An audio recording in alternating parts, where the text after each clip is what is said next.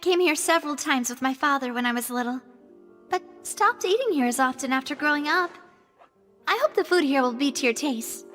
Oh, don't worry. We haven't eaten at a hotel like this in a while. Paimon's getting excited already. In that case, I'll go order for us first. Please wait here a moment.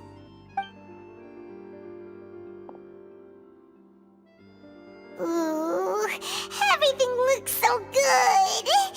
People in Fontaine sure know how to enjoy life. Why, of course. Go ahead, try whatever you like. If the food's good, I'll make a group reservation for the rest of Spina di Rosula next time. And if it's not? Well, then I'll still bring everyone. Albeit with only one dish per table. You, sure have your own way of doing things. Oh, we called this a farewell meal, but we could also treat it like a victory feast, right? We did just win that case after all. Oh, true. Very true. In that case, boss, we'll have another 2 dishes. Huh? Paimon didn't mean that you had to order even more food.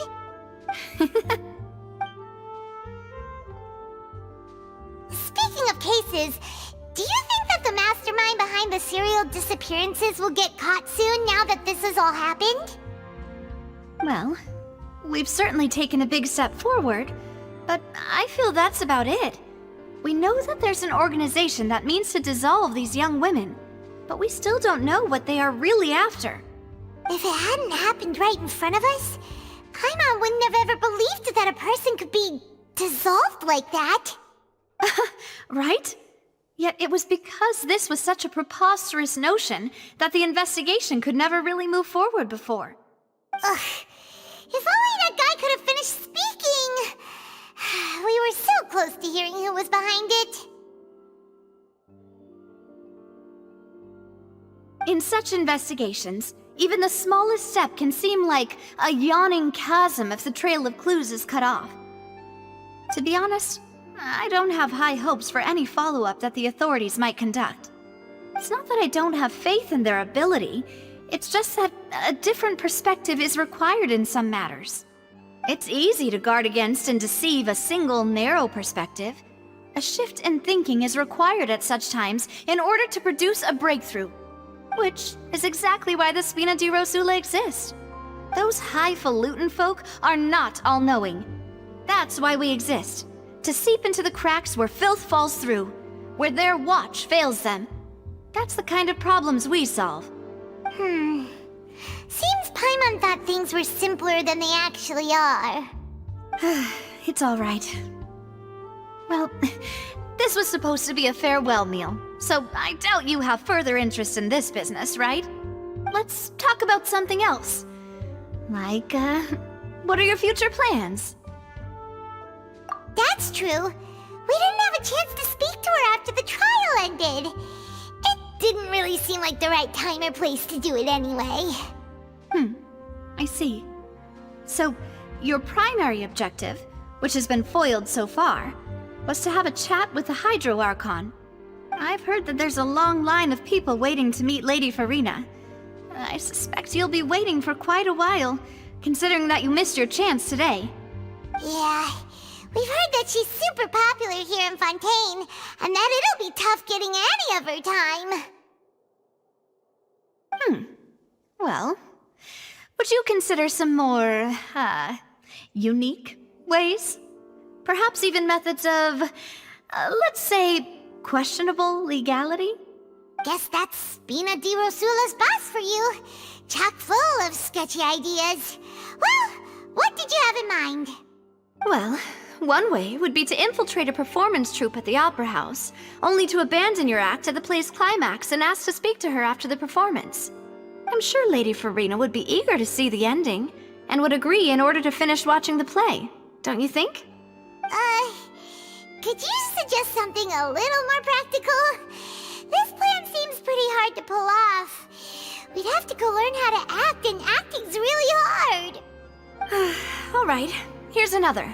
Find a way to conceal yourselves under her bed, then wake her up in the dead of night and demand answers. Don't let her go back to sleep until she answers all your questions. I can personally testify that this one works. When I'm sleepy, I'll do anything as long as I can finally get some sleep. That might work, but that's not really the problem. The problem is we don't want to get ourselves arrested. Ah, valid point.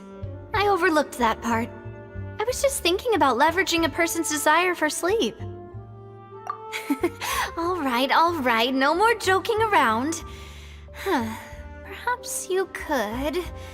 Oh, I don't know. Cut the line when she's on a break. You did defeat her in court, clearing citizens of hers from false accusations. False accusations she had nearly upheld personally. I imagine that she feels quite ashamed about the whole thing. You mean that if we catch her while she's on a break, she might be too embarrassed to refuse? Oh, that does make some sense. Why don't we give it a try after this meal? You know, strike while the iron is hot and all. Huh? Paimon, did you drink my Fanta? Was this your drink? Sorry about that. Paimon wasn't really paying attention and the cup was right next to Paimon. Would you like to order another? No, it's fine. We're just about done here. Alright. Honestly, Paimon wouldn't recommend Fanta anyway. It tastes kinda salty and icky. Is that so? Huh. Well, in that case, we'll have to blacklist the Fanta here then. If we're all finished eating, then I'll go pay. Yeah, we're stuffed. Thanks for the treat, Navia. Oh, so full. Paimon can barely float anymore. Nah, that would be so... normal. You know, like you. Okay. As for expenses this month, we're left with... Hey, Navia! What are you doing over there? Oh, nothing. It was just a meal, you know? Nothing the Spina di Rosula can't cover. Let's get ready to try to meet the Hydro Archon again. Bye, Navia! So this is goodbye, huh? Well, if you do encounter any other trouble in Fontaine, you're always welcome to contact the Spina di Rosula. I'll give your request the highest priority. In any case, I wish you smooth sailing. I'll see you again, partner. See ya!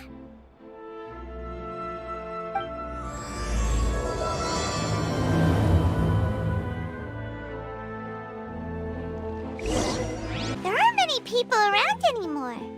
Looks like that boat we took to Araneas might have been the last one. Vache. Looks like we're back here again. Huh? Traveler? Are you hearing voices again? Ugh. That's kinda spooky. Are you sure we don't want to come back in the morning? Vache? Vache. Hey, why are you still walking towards it? There might be something nasty in the water. Huh? Hang on. Paimon can kinda hear a voice. It's calling for Vache, right? Hey, Traveler? Stop walking! Come on, wake up!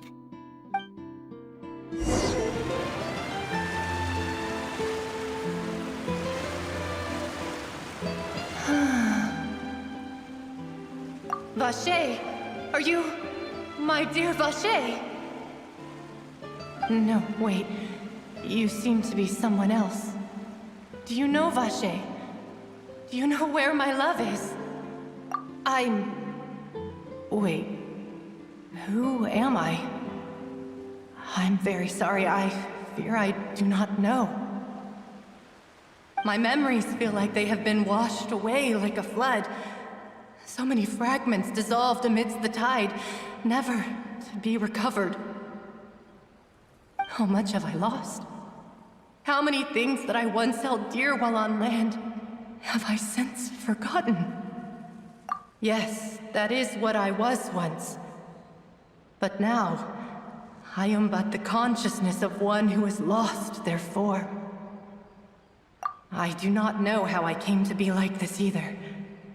I only vaguely remember being covered in light blue water, and then all grew dim. I also remember going to many places. I loved adventure, loved exploring places of peril. No matter where I went, Vacher would go with me. I knew how dearly he loved me, and I also loved him equally as much. But now, we can no longer go back. The pain of such parting, I never knew how heavy it could be. No, our reunion no longer has any meaning. There is no way for us to create any new memories. The thought of me gives him no succor, so let it lie forgotten beneath the waters. If you meet Vacher, tell him not to look for me. Tell him to move on. That is the only thing I still remember. Perhaps that is so. As I was submerged in the waters, losing consciousness, I saw Vacher above the surface. His eyes were filled with such sorrow, such longing. If only I could have comforted him, told him that I did not suffer. Indeed, I had felt a great warmth. Is that what you call it? Dissolving? If anything, I consider it a form of release.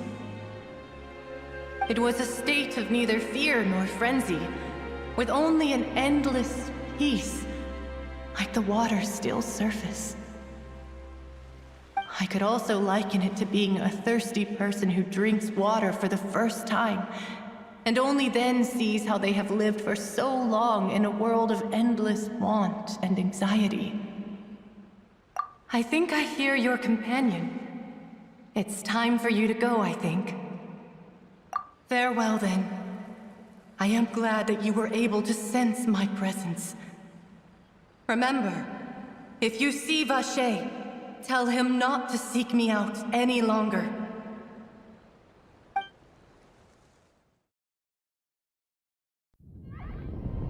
Wake up! Come on, hurry! Navi is outnumbered!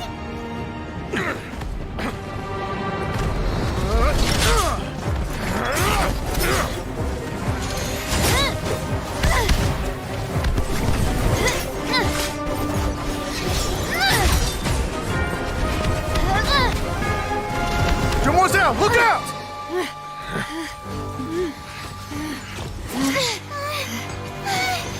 Dear God, it's a whole army of Gardamex.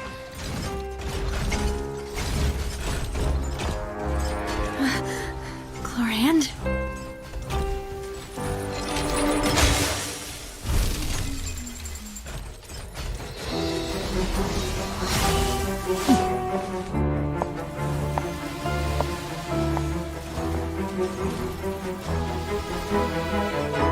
Quick, now's our chance!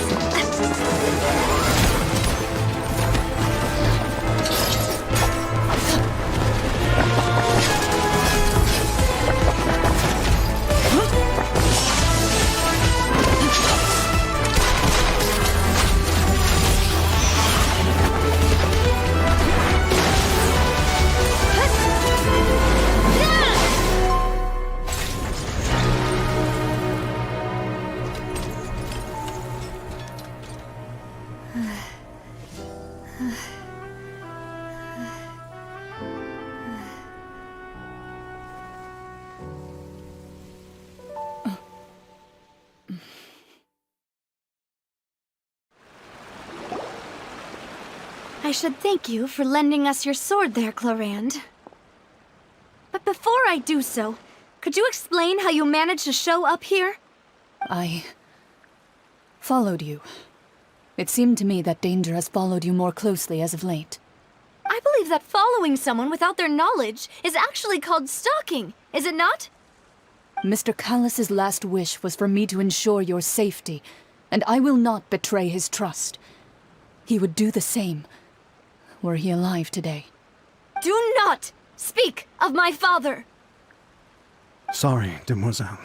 I was not strong enough. Thank you for your aid, Miss Clorand, but do keep an eye out for your manner of speech. I believe we all wish to avoid unnecessary emotional harm. Sorry, I did not consider your feelings. Whatever. What else do you know? How did you come to the conclusion that I'd be in grave danger? I doubt I know much more than you, but I believe that the mastermind behind the serial disappearances is very powerful. Your performance tonight will almost certainly attract their attention. I'm sure they've known about me. To be honest, I'm shocked it's taken them this long to act against me. And what about these Gardamex? I thought only those associated with a Maison Gardiennage could control them. None of these mecha have serial numbers. I was sure to check a moment ago. They are not the ones used by the authorities to enforce the law. I can only conclude that some powerful or wealthy party must have obtained them via illegal means, deploying them as a private force of sorts. What? Your point being that they're out of Spina di Rosula's league, then? Yes. Be careful, and do not act rashly. I will continue investigating no matter what. We will bring the truth to light. That's my father's true last wish. Regardless, thank you for your help today, Clorand. But if you get any ideas, tell me first. I don't much appreciate being followed. I do not think that they'll strike again anytime soon. So I shall stop following you. Good day, all.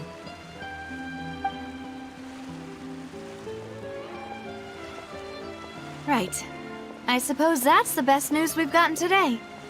Demoiselle, I believe that Miss Clorand was being sincere with you. If we tried, we could attempt to thaw relations a little. I know, she's... Oh, thank goodness! Paimon thought we were done for! Those Gardamex came out of nowhere while you were unconscious, and Nadia and her gang saved us! Oh, and there was that champion duelist named Clorand who came out to save us too! We got lucky there. Paimon probably couldn't have fought them off otherwise. Oh, come now. Forget all that polite talk. That wasn't really a farewell meal we had back there. Not for me, anyway. In truth, I hope that every meal we have together shall be a victory feast. As such, we're still partners. There's no need to thank me. It will take 50 years for me to match Demoiselle's magnanimity. If it were me, I would have joined the Spina di Rosula on account of her goodwill long ago. All right, you two. That's enough. Actually, Navia, how did you know that we were in danger? You sure did show up in the nick of time. Well, to be honest, you're the one who tipped us off, Paimon. Huh? Really? Paimon contributed somehow? Ooh, Paimon's even more amazing than she thought! Yes, all thanks to you grabbing my drink by mistake. How did that help? After we parted ways, I was on the way back to one of our bases when I suddenly thought of what you said. That the Fanta tasted kind of salty and icky. Fanta only comes in sweet flavors, so how could it have tasted salty? The color of the drink, if I recall, had also been a bit off. So the Fanta had been spiked with water from the primordial sea? Yes. So, if you hadn't drunk that cup for me... Spina di Rosula is preparing the grandest of awards for you as we speak for saving the boss. Huh? Really? I sent people to Hotel de Boer to investigate, but whoever did this left no trace at all. That's when I figured out that you might be in danger, and hurried here as quickly as I could. But why would they go after us too? All we did was defend Linny in court and help clear his name. Ugh, now caught up in this mess too, aren't we? Well, you did foil a plan that they were probably pretty proud of, and almost got their name in the process. Speaking of which, did anything strange happen when you drank the primordial seawater? Well, it can't be a coincidence that the traveler fainted just now. She said that she heard that voice calling for Vache again. Oh, and this time Paimon heard it too, but it was real faint. Does this situation have to do with the primordial seawater then? Does that mean the primordial seawater raises someone's sensitivity to hydro when it's used on people who are not from Fontaine? That doesn't sound like too much of a bad thing, to be honest.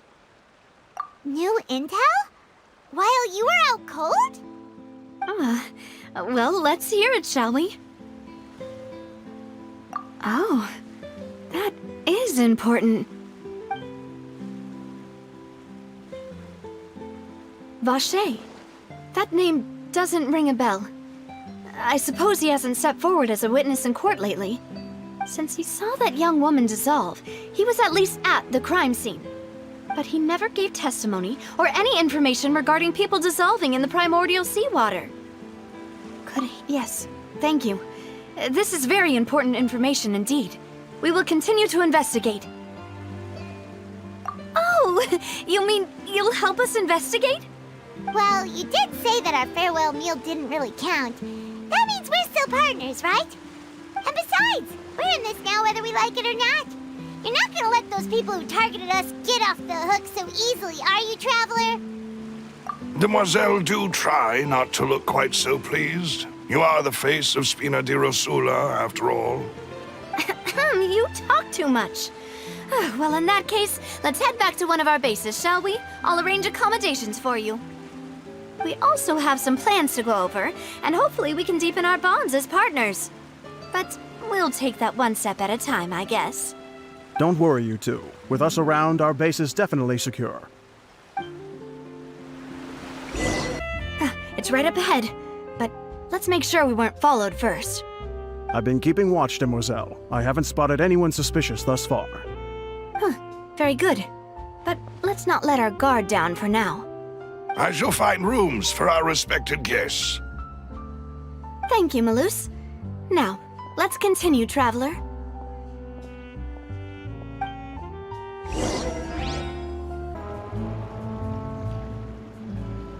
So, this is your base? It's not quite what Paimon imagined. Your accommodations have been arranged. Under the present circumstances, I can confidently say it's the best we have. Well, our funds have been a little tight lately. After all, we don't allow illegal or unethical profiteering. In fact, our funds often come from citizenry who support us. Seems like it's tough times for everyone. But if you have the support of the people, that does sound like it's worth it.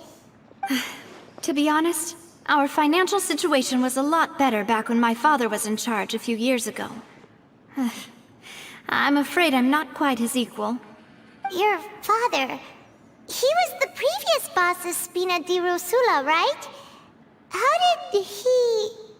Demoiselle, if you'll allow me to explain. No. I'll explain it myself.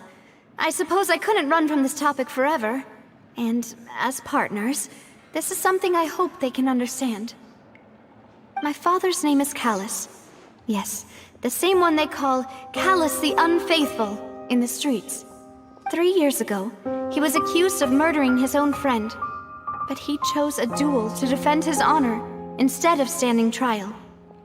He died in the duelist's ring. Oh no. But I do not believe my father was a murderer. I'm sure he was set up. At the time, I believed that if he only stood trial and was duly investigated, something amiss would crop up and prove his innocence. But strangely, he not only requested the duel himself, but rumor has it that even after being seriously injured, to the point where he could be deemed as having lost the duel, he refused to surrender, determined to die in the arena. 3 years later, I still don't understand why he did that. How could he protect his honor if he's dead. If anything, he gave up his chance to defend himself. The closest piece of info I have is that my father had been investigating the serial disappearances case at the time of his death. Ah, so that's why you're so determined to get to the bottom of that case. That's right. I've also tried to investigate the murder my father was implicated in, but I haven't found a single new clue in my countless reviews of the investigation records. However, I believe that if the murder case is related to those behind the disappearances, they must know something. I must know what really happened. Was my father coerced? Framed? Even if he really did kill his friend, I must get to the truth. If only he'd been more open with me when he was still alive. He even hid the fact that my mother died due to complications when giving birth to me. And now, here I am investigating his death. You really are a handful, aren't you, Papa? Demoiselle, please, if there is anything I can do, anything at all. I also will never believe that Master Callus murdered anyone. There are none whom I respect more than the two of you, Demoiselle. Master Callus did so much good in life, yet all it took was one murder case for him to be dubbed Callus the Unfaithful. Even our supporters decreased greatly due to that incident, hence our strained finances at present. Wait, if Callus was such a good man, wouldn't people at least be a little suspicious when he was accused? No. Perhaps people just revel in that kind of drama. It's not something exclusive to people from Fontaine, really. Everyone's like that. People love watching the evil turn over a new leaf, but they also enjoy watching good people fall into an abyss from one slip-up just as much. But how could... never mind. If Callus was really falsely accused, we have to find the truth. He didn't deserve to have that happen to him. There is one other thing. Master Callus's opponent in the duel was Ms. Clorand. Oh, her? Well, then, isn't that as good as saying that she was the one who killed him? Yeah, that's not the sort of thing that you can just let go and move on from. Ms. Clorand has always placed great emphasis on the honorable nature of the duel. If her opponent doesn't yield, she will not stop either. She knew Master Callus beforehand and greatly respected him, but seeing how he was resolute in the arena, there was only ever one choice she could have made. It's not that I don't understand her at all, but I just can't deal with this yet. Don't worry, Navia. Paimon knows how you feel.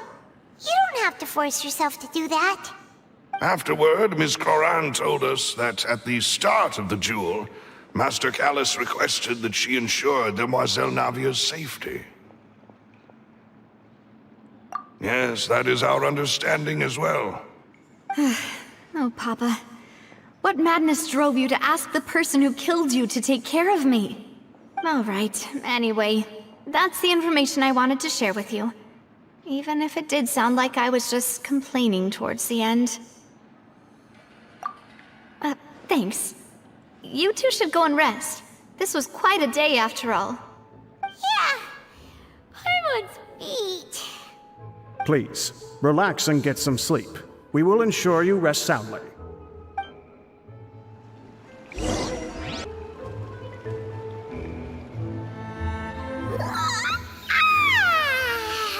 Paimon slept so well. This place feels almost too safe. Huh? Navia? Where did the other two go? I sent them back to Poisson. It's Spina de Rosula's place of origin, and where we have our headquarters. There's not much for them to do here at the moment. Paimon gets the feeling that you're just trying to get them off your back. But never mind that. When did you get back? Were you waiting here the whole time? No, I just returned after going out for a while. I did some investigating yesterday regarding the name Vache. Wait, So you didn't sleep at all? How could I after having such critical new evidence appear? Guess Paimon wasn't speaking for everyone just now, huh? Unfortunately, this name seems to have been wiped from existence. It doesn't seem to have a match anywhere. I suspect that those behind this have already taken steps to hinder an investigation from this angle. But that does prove that this Vache person is a key witness in the incident. Does that mean we're too late, though? No. There is one ray of hope. One place in Fontaine that they would find almost impossible to threaten, no matter how much they wanted to. And that is the archives kept by Chief Justice Neuvillette. A place where detailed files on all the cases in recent years are kept. If the Oceanette you met is one of the young women who went missing recently, we should be able to find some related information there. So Neuvillette maintains an archive of case files? Whew. Guess that's the hard-working Chief Justice for you. In that case, let's go talk to him, shall we? Aren't you coming along, Navia? Did you get tired? No, it's nothing. Let's go see the Honorable Chief Justice.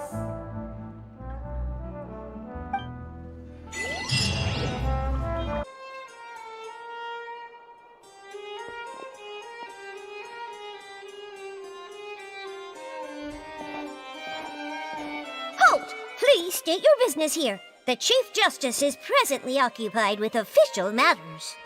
Huh. This place does look pretty heavily guarded. Guess that proves that Neuvillette's files are really secure. Hey, don't you recognize us? Huh? Who are you? Just to be clear, I don't care who you are or who you might be related to. Our rules make no exceptions. See? They've got great discipline, too. Yep. Paimon can tell. If you're here just to crack jokes, I can point you towards the exit. Unlike some, we're busy, so please leave if you don't have a reason to be here. No. What I meant to say is, shouldn't you remember us from a few days ago? We were at the trial of the great magician Linny. Oh, yes, I remember. I read about it in the Steambird. You must be Linny's attorneys. It's all coming back to me now. We're here today to report and archive some information on a follow-up case. Huh. Is that even a thing? Of course. Don't worry. We're here on official business. You can trust us. All right then, I'll let you through. The Chief Justice is just inside. Thanks so much.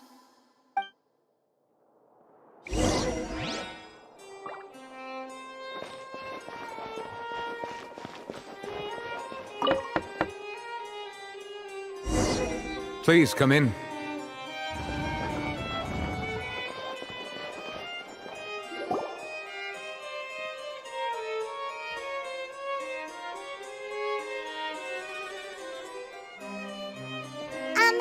Sorry to barge in, Monsieur Neuvillette. We only lied to get in because we didn't know any other way. It's all right. Please let me know how I may be of assistance to you. So you're not mad at us? We're looking for a man called Vache. He may have been an eyewitness in the serial disappearances case. If we can find him, we may be able to unearth some key information on the case. Ah, I see. In that case, please wait here a moment while I browse through the files.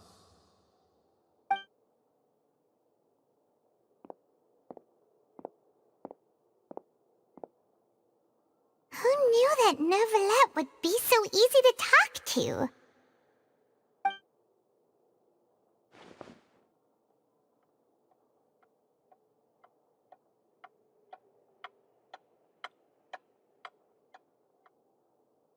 Unfortunately, I'm quite certain that no one by the name of Vache has been involved in any case, criminal or civil, in the past several years. There are no records of him either in the files or in my memory. Traveler, what if it was really just a dream? Is that so? All right then. Thank you so much, Monsieur Neuvillette. We'll take our leave now.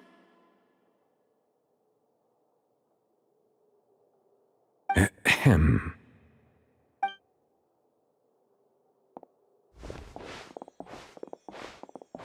Miss Navia, I can understand how you feel. Your father, Callus, was a truly exceptional man. We deeply regret his passing. And what are you trying to say, Monsieur Neuvillette? Are you trying to console me? Extend your sympathy? Or just express some tendril of regret? No. You are not trying to do any of that. I can hear it in your voice. There's no emotion behind your words. You only said those things because you felt like you should.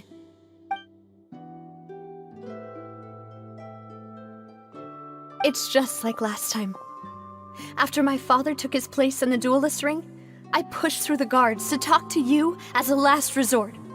You even told me then that you thought there was something fishy with the case, yet you still allowed the duel to go ahead. In your eyes, the value of a human life is nothing compared to those cold laws you hold so dear. If you truly regret my father's death, then why didn't you call a stop to the duel? Why didn't you give me the power to stop him from throwing his life away? Why did you just let him die, despised and hated by all? Everything was hanging on a thread at that moment. Just the tiniest effort could have changed everything. There are still so many things I never got to tell him. So many questions he still owes me answers to. If you really have no heart, then just look me in the eyes. I, Navia, will show you the true meaning of regret. I'm sorry, Miss Navia. You and my father are truly alike. You keep all kinds of things in your heart and never say a word to anyone. It's not so much that you can't feel, but that you would never express anything. Oh well. In any case, everyone already knows full well the apathy of the Chief Justice. My apologies for taking my emotions out on you, Monsieur Chief Justice. Let's go, Traveler and Paimon.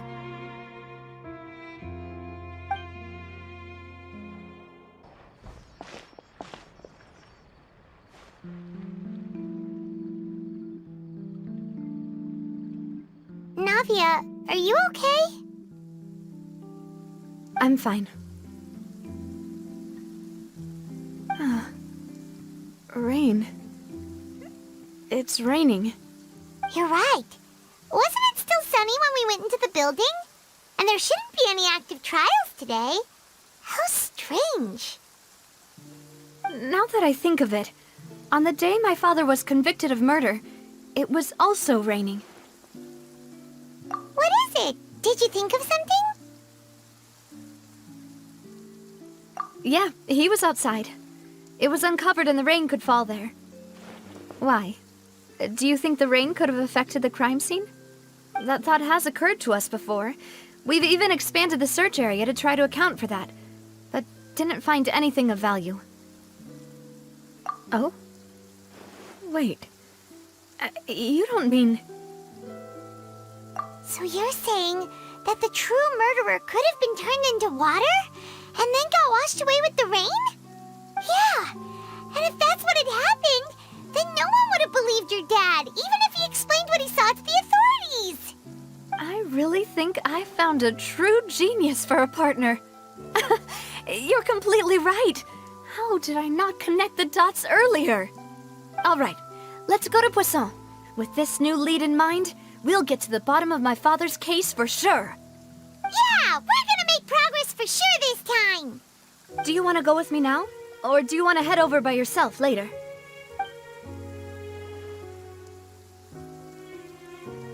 Great. Let's go then. Whoa, what a huge ship! Why would There's no need to be so surprised. While it may look like a ship, it's actually Spina di Rosula's headquarters. My father was the one who asked for it to be built like this. Perhaps our taste in exterior design is the only thing we occasionally had in common. A gigantic and glamorous ship embodies discovery, opportunity, ambition, and conquest. It symbolizes Spina di Rosula's bright and limitless future.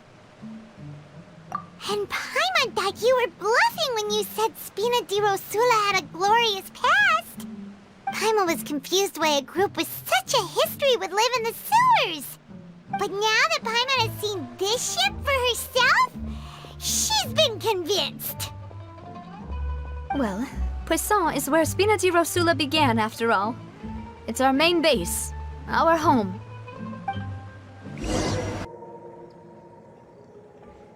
Melus, we're back! Apologies for the wait, demoiselle, and our most important partners. You said before that you still had some business at the court. What brings you back to Poisson so quickly? About that. It's because my partner here reminded me of something really important. You see, what if my father's case had something to do with water from the primordial sea? You still remember, right, Melus? On that night, it was raining? Yes, the case was quite similar to that of Mr. Linney's. Both were what you'd call impossible murders. Could you tell us a bit more about what happened before? Yeah, of course. Many years ago, something called synth began to gain popularity in Poisson. At a glance, it was a kind of drink that could excite your mood and produce many pleasant hallucinations. Wait! Didn't that guard guy who turned into water also mention that the primordial water could be used to produce some kind of potion? Yes, he did. Considering what we know now, it's almost certain that synth is created using water from the primordial sea. If you drink synth for an extended amount of time, you'll suffer many side effects, such as losing the ability to focus or control your emotions. And if you were to stop drinking it completely, you'll experience flashes of paranoia and anxiety while lacking energy to do anything. It's an extremely dangerous substance. As he oversaw Poisson, my father was compelled to put a stop to synth abuse and called for a complete ban of it. Boss's uncompromising attitude incurred the synth vendor's wrath, but no matter how much they threatened or bribed him, he refused to yield. Not only that, Boss became determined to find the mastermind behind the synth operation and put an end to the problem once and for all. Yes, but the enemy was very cunning. So he could never get anything out of the dealers, all of whom only sold the stuff and weren't privy to the rest of the operation. Recognizing that, my father decided to contact the dealers in secret and cultivate personal relationships with them. Finally, he was able to convince someone to become his informant. The man's name was Jacques. He felt greatly ashamed about his work after seeing many families destroyed by synth abuse. That night, my father hosted a banquet at his countryside estate. He planned to meet up and exchange information with Jacques over some food. But then, we heard 2 gunshots from the courtyard. We raced to the scene and found my father, still holding a gun, and Jacques, who was already dead on the ground. Huh? How did that happen? Aren't they on the same side? Sounds just like Lenny's case, doesn't it? In both cases, the culprit seemed obvious, but neither appeared to have any motive at all. Looking back on it, though, I now believe the most important clue was something we all overlooked at the time. There were pieces of clothing left at the scene. Precisely. It's all thanks to you that I made the connection now. Back then, we all just thought they were some costumes that Jacques used to disguise himself at the banquet. But, considering it now, it's almost certain that they belong to a third person at the scene. With one extra person, we'll also need to reconsider why the 2 shots were fired. You're right. We still don't know what happened. But my intuition tells me that we're on the right track to figuring it all out. I'm finally headed towards the truth. Jacques was an empathetic man who was infinitely remorseful for his past actions. It's unlikely that he turned on Boss with zero warning. I think this third person is probably the key to the full truth. On that note, however, even though this will not please you, demoiselle, as your and your father's butler, I must still offer a word of warning. Our opponent is insidious and cruel. They are extremely difficult to deal with, and Boss has already lost his life trying to bring them to justice. Even though Spina de Rosula has lost most of its former glory, Poisson has welcomed a new time of peace, and we have been allowed to live out our lives. There is no need to follow your father's path. It would be both wise and in line with Boss's wishes to step back and give up on the case. If that's indeed what he wished for, then he should have told me that himself. Was I not the closest person to him? And yet, I was the one most kept in the dark. What was the point of him dying without sharing any of the secrets he knew? Did he manage to protect anything in the end? Synth is still here. Callus the Unfaithful is still his epithet. And Spina di Rosula is barely getting by. Nothing has changed. Did he think I'd just accept his meaningless death and live out my life just as meaninglessly? I've never accepted that. Ever. Not since that day, and certainly not now. I want to find out the real answer for everyone's sake. For the missing girls, for the victims, and for myself. Navia. This is indeed the best moment to act. Your partner appears to be quite reliable, and more importantly, demoiselle, I think you're also ready to take this on. So you do know something else, Maloose? Yes, I do. In fact, even before that banquet, Boss already knew of the connection between Synth and the serial disappearances case. But what drove all the tensions to the boiling point was the revelation that you, demoiselle, had been selected as the next target to disappear. What? Boss also didn't tell you that he had been diagnosed with a rare illness. The doctors told him that he had no more than 5 years left to live. And the serial disappearances case caused him great anxiety. 5 years was nowhere near enough time to resolve this long-standing conflict, but once he passed away, all the danger would pass on to you. Knowing all of this, he decided to use one final intimidation tactic before his death. He claimed to have already gotten his hands on some key incriminating evidence for the other side, and even told some members of Spina di Rosula about the details. But as long as you remained safe, he would not share the evidence with the public. If something were to happen to you, then he and all those he told would immediately expose all they knew about Synth and the disappeared victims. Right, so nobody would be able to get off scot-free. As we've seen, Boss's tactic has worked. Even though Boss has been gone for a long time, the other side has not tried to take Demoiselle's life. No, I don't believe it. He never appeared to look sick to me. No father wants their daughter to see them weak and haggard, especially someone as proud as Boss. To him, dying in a duel and suffering lasting dishonor as the unfaithful was still far preferable than losing face in front of his daughter. So he chose to die in silence, so that he could protect me. I'm afraid you're not understanding this correctly, demoiselle. What Boss wanted to hand to you was not a parasol, but a sword. If Boss's spirit could hear you telling me that you want to find the answer for the sake of everyone involved, I'm sure he'd be extremely proud. That fool. Couldn't he have just given it to me straight? No. He might have set up everything precisely because he never thought I'd be able to understand him. Is that the amount of confidence he had in me? And what if I was never able to make it to where I am now? Yeah. I suppose that's true. With the way he'd set things up, if I had wanted, I could have just lived out my life without a care in the world. But thankfully, he rarely talked to me about complex matters, and thus understood little of me as a person. In this case, he really didn't need to give me an easy way out. Malus, what was the key evidence that he shared with you?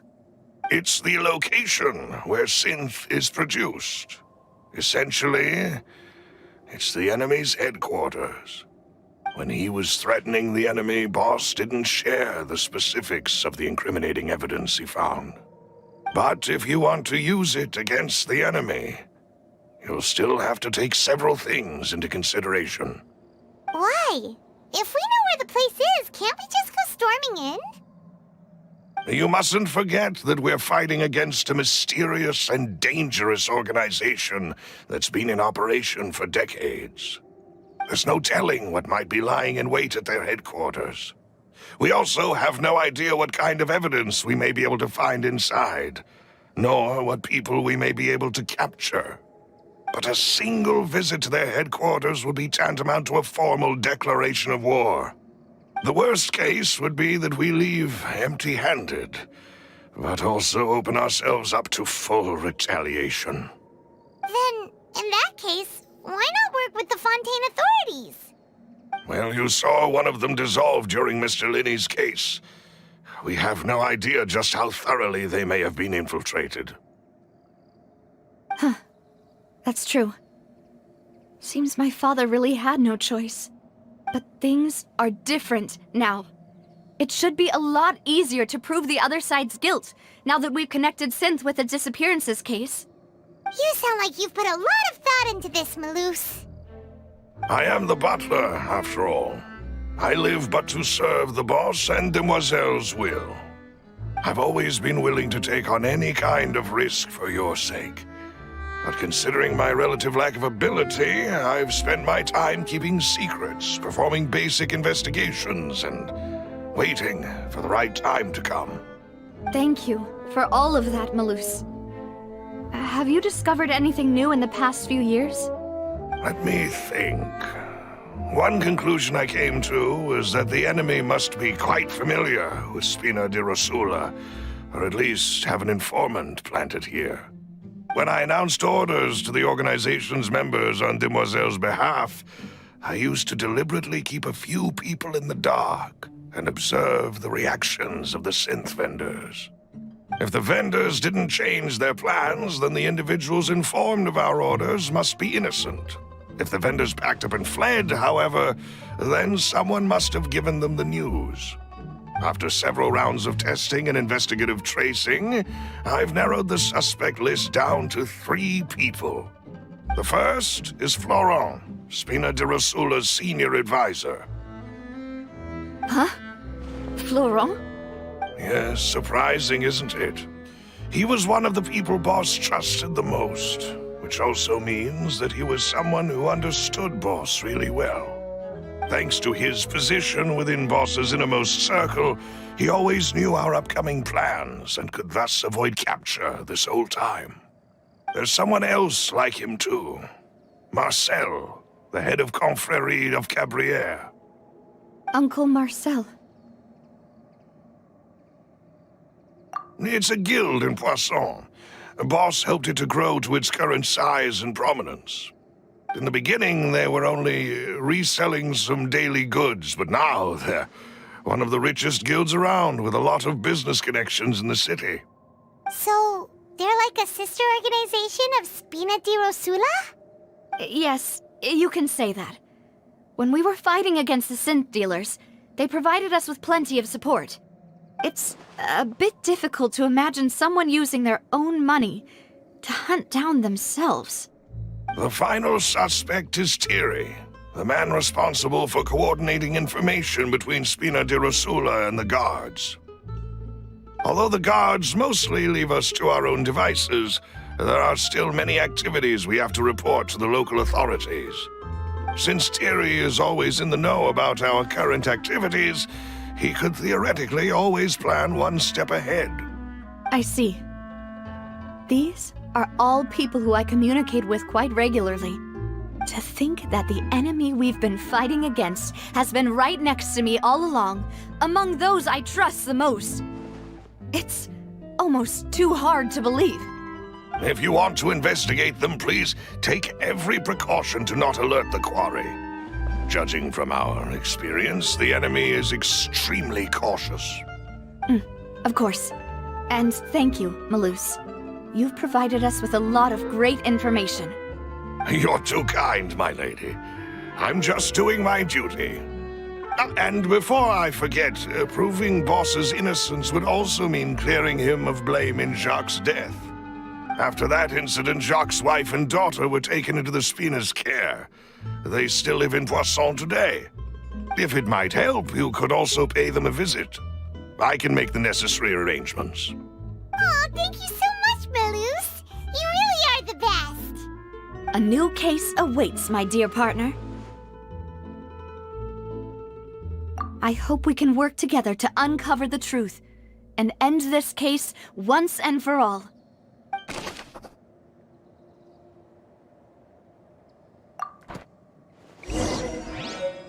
It is settled, then. Please excuse me, and enjoy your conversation at your leisure. Thank you for arranging everything for us, Malus. Excuse me, miss. Do you need anything from us? Oh, Hey, Navia's all quiet. This isn't like her at all. I'm sorry that I only came to visit after all this time. After what happened, I didn't know how I was supposed to face the two of you. Ah, if it's about that, there's no need to apologize. After my husband died, Spina di Rosula sent us a lot of mora and support. I understood your guilt and apology to be genuine. But aren't all of those things nothing compared to the loss of Jacques? I can understand the kind of pain that comes with losing a father so needlessly. You don't understand at all. I didn't know how to face you, because I didn't know what I could possibly bring as a consolation gift. I know only the full truth could bring closure to you, and to all of us. I'm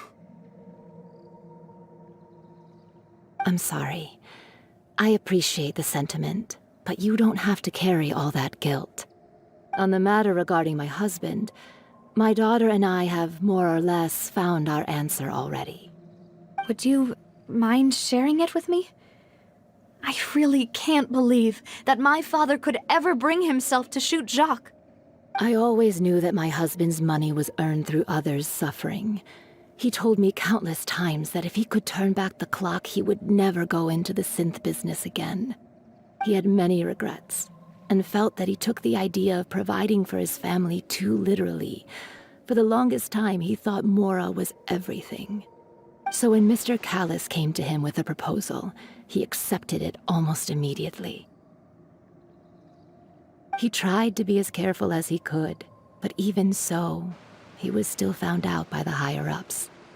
They found out about his betrayal?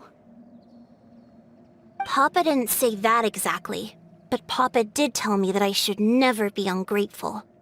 Before he left that day, he told me that he had no choice. It was only later that I realized it was his final farewell to the two of us. I don't know that for sure, but you could say that's the conclusion I eventually came to. Which is why I'm the one who should feel guilty. Callis had always taken great care of us, both when he was still alive and after he passed away. Even if he fired the shot that killed my husband, it was likely in self-defense. It is impossible for me to hate him for what he had done. But Mama, why is Papa still the bad guy if he did the right thing? Papa always wanted to be a good man, So why did he have to do a bad thing in the end? Well, things aren't always as they seem.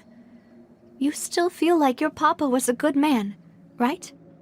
Yeah. Papa was a really good man. The best in the whole world. Then you should hold on to that. If a good man had to do a bad thing, then he must have had his reasons. Regardless of whether he left you a parasol or a sword. He must have done so to give you a better life. Oh. Thank you for everything you've told me.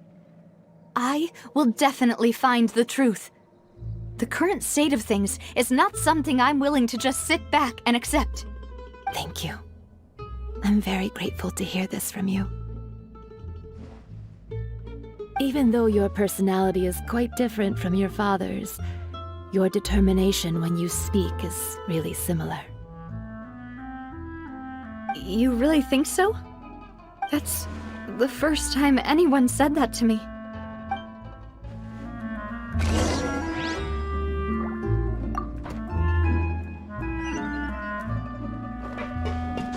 Are you okay, Navia? I'm fine. Don't worry.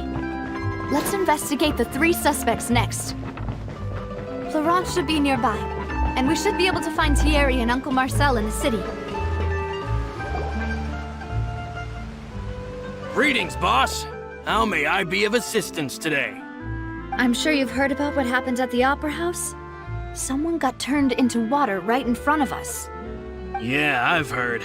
With something that dramatic, I'm sure journalists will milk it for all it's worth. And it'll be all the talk for the next several weeks. It also reminded me, on the day that the incident happened with my father, it was raining outside, and we found some clothes left at the scene. After my partner here put the dots together for me, I feel like we should try to reopen his case. Can you do me a favor and try to recall what happened that night? Let me think. Mr. Callus was feeling pretty upbeat that day. So he was drinking and bantering away with us at the table. After that, he told us that he wanted to go get some fresh air. So we let him go without thinking much of it. Who knew that we would hear 2 gunshots ring out right after? My first reaction was that Mr. Callus's life was in danger. So I grabbed my holster and made a mad dash toward the scene. But when I got there, it was already too late. Mr. Callus was standing over a dead body with a gun in his hands. All we could do was look back and forth at each other, not knowing what to say. So you also remember 2 gunshots then? Indeed. The guard said that the first shot didn't hit anyone, while the second killed Jacques. But I've never really bought that explanation. Reason being, Mr. Callus had left his gun on the table. I even made sure to confirm that before running to the scene. But according to the guards, that doesn't mean he couldn't have had other guns on his person. About the clothes left at the scene that you mentioned, do you think there was a 3rd person there who was turned into water? At least from our perspective, my father had no reason to kill. So he would also have no reason to bring an extra gun with him. The gun he was holding probably belonged to Jacques, or a 3rd person on the scene. Yeah, that makes a lot of sense. So you're saying Mr. Callus ended up with the gun because he seized it from one of the other guys? But hold on. If that's what had happened, then why didn't he share the truth with any of us? He didn't even want to face the Oratrice machine, and chose instead to prove his honor in a duel. Did he lose all faith in the courts after seeing someone dissolve right in front of his eyes? About that, Malouse told me a thing or two. So, I think I can understand why he committed to the duel. I'll tell you everything once the whole truth has been revealed. I understand. Then, I'll leave Mr. Callus's honor in your hands, boss. And if I may just say one more thing. The whole Callus the Unfaithful epithet has been a thorn in my side since the day it was invented. Many people have laughed at me for still calling him Mr. Callus. even after so many years have passed. But it was Mr. Callus's trust that allowed me to rise through the ranks of Spina di Rosula and live the life I lead today. No matter what others might say, he'll always be the man I respect the most. And he'll always be my boss. Don't worry. I will definitely find the truth. You and all our other comrades at the Spina deserve to know the truth as well.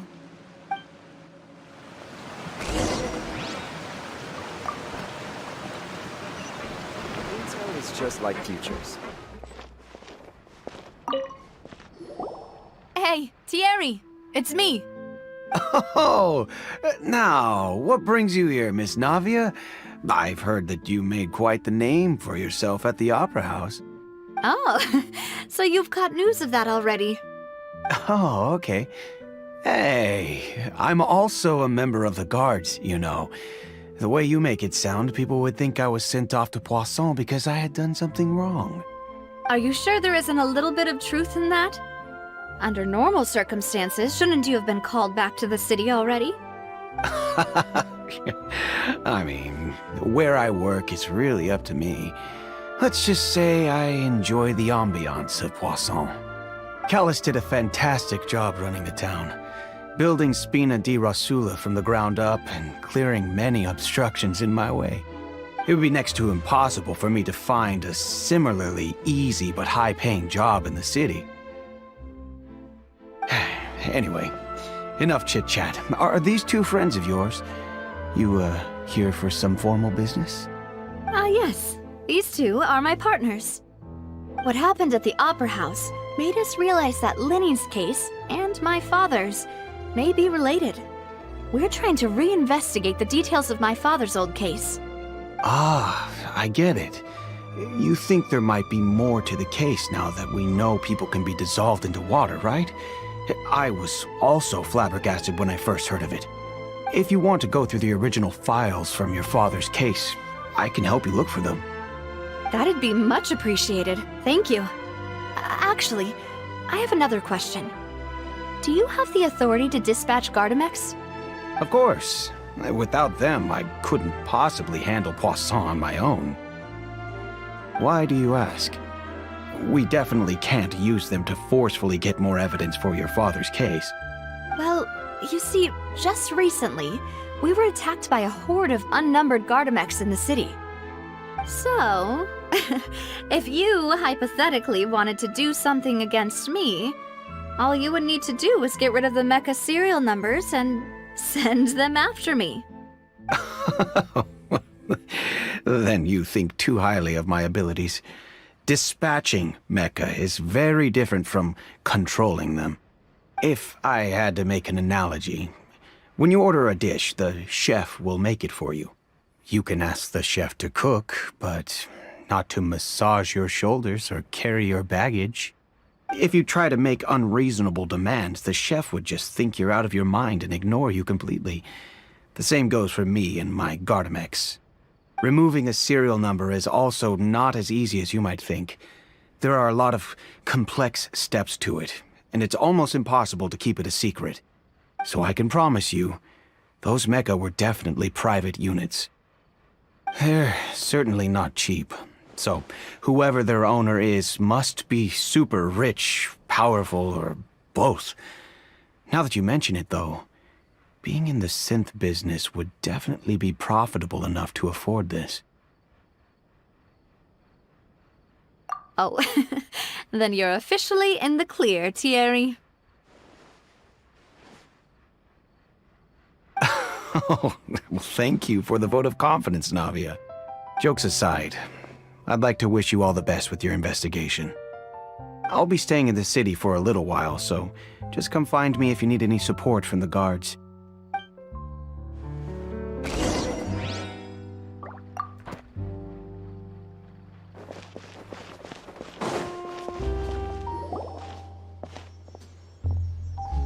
Hello. How may I help you? I'm here to see Marcel. Could you please let him know? You can just say Navia's looking for him. Sure. I will let him know right away.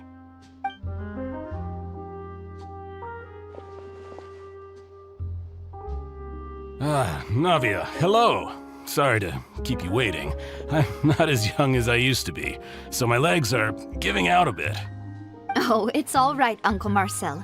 There's no need to stress. I just wanted to talk to you briefly about what happened in the Opera House. I'm sure you saw everything too, right? Yes, I've never seen anything so strange. Oh, you were at the Opera House too? That's right. I went there with Navia to see the magic show. Who knew it would turn into a whole murder mystery? I also witnessed your marvelous sleuthing work. Quite impressive. To beat the Hydro Archon at her own game on her own turf, I can already imagine everyone in Fontaine discussing your exploits over a few glasses of wine. Oh, Paimon doesn't want to become the talk of drunkards. Apologies. It's just how Fontaine is as a nation. Everyone loves drama and theatrics. Uncle Marcel, you've also noticed that other thing, right? The fact that humans can dissolve in water? Yes, I was reminded of your father's case right away. Is that what you're investigating now? Exactly. I still don't have much solid proof, but I can sense that the other side has already begun to act. Oh, and what makes you say that? We were attacked on Araneus by some unnumbered Gardamex. And there was also an attempt to get me to drink water from the primordial sea. If not for the vigilance of my partner, I probably wouldn't even be here talking to you right now. Oh, you're giving us too much credit. Wasn't it you who protected us? Alas, it seems things are heating up again. The peace that Callus sought so dearly will soon become a thing of the past. But rest assured, Navia, Poisson will always remain a safe haven for you. If you're scared, you can always return there. If anyone dares to lay their hands on you there, the Confrérie of Cabrières will use its funds to the last Mora to bring them to justice. Thank you, Uncle Marcel. But I don't intend to go into hiding. I'm going to strike while the iron's hot. Do you have any new thoughts on my father's case? About that. Sorry, my age is catching up with me, so it'll take me a while to recall my memory. The Confrérie was responsible for that banquet, so I was out and about the whole time making sure things were running smoothly. I didn't even have the time to drink with the guests. Then I heard the sound of a gunshot, and the rest was history. Oh, it's okay. No need to push yourself. We'll ask around some more, see if there are any valuable clues elsewhere. Sounds good. Just let me know if you ever need Mora. All my wealth comes from Callus's patronage and support. I'll spend however much it takes to clear his name.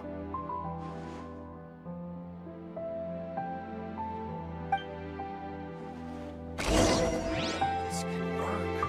I'll just treat them as new samples.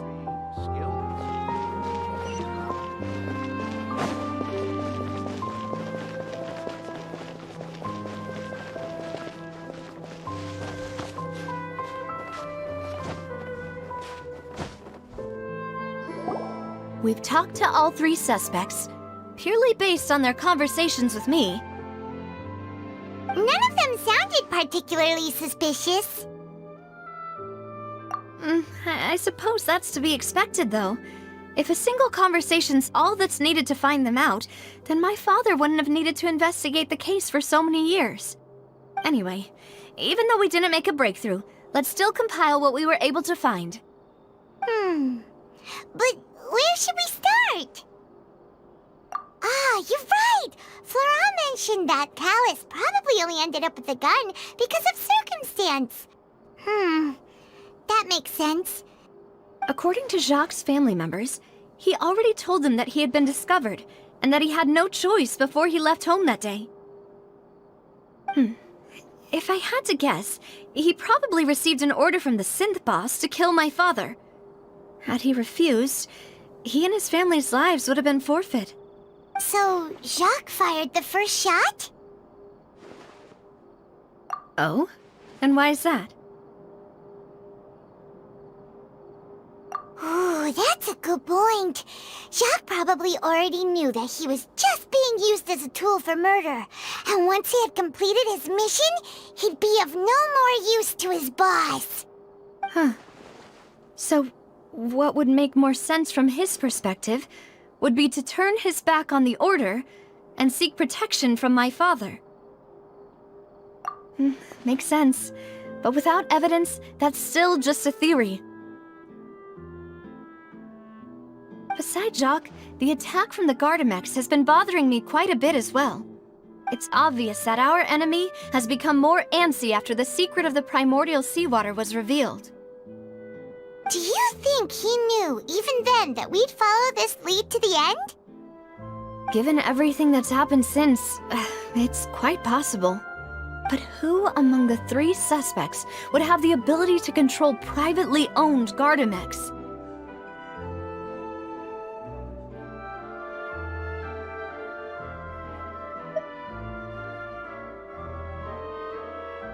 Thierry, you say?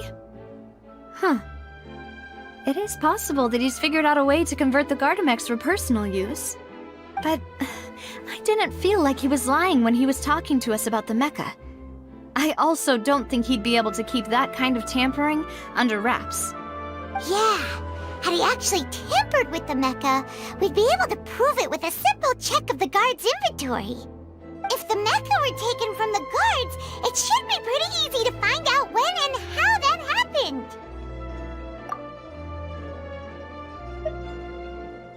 Uncle Marcel? My father did really trust him. And they worked together on a large number of projects. Maybe that's how he got to know Jacques. And with funds from the Confrérie, he could also afford a large number of Gardamex. It's still really hard for me to imagine, though. After all, Uncle Marcel has been around since I was just a child. Also, wouldn't this mean he has been spending a whole lot of mora and energy to fight his own synth business? Florent?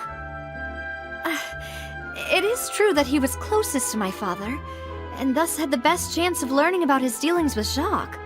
But as Spina di Rosula's advisor, his work mostly deals with personnel and security, so he shouldn't have much means when it comes to finances. So you're saying he's too broke to afford a mecha army? Exactly. He can't. And even if he could, I don't think he would be able to dispatch a whole group so quickly. Who could it be?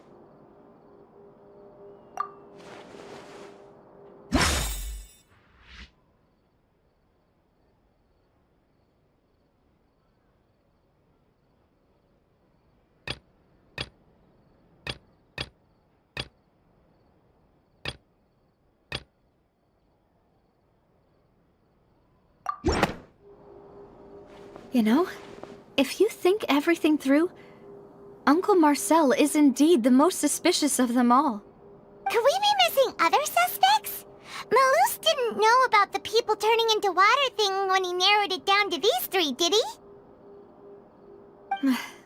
Malus has always been very reliable, and his judgment of others' trustworthiness has been fair and well considered. When he laid out his case for the 3, the rationale he gave me made a lot of sense as well. The suspect is knowledgeable about the Spina's internal affairs, has the means to dispatch Mecha to assassinate us, and possesses significant intellect and foresight. Even if I don't want to believe it, I'm starting to see how things could all tie back to Uncle Marcel. Well, we still have another trump card on top of all the theorizing and speculating.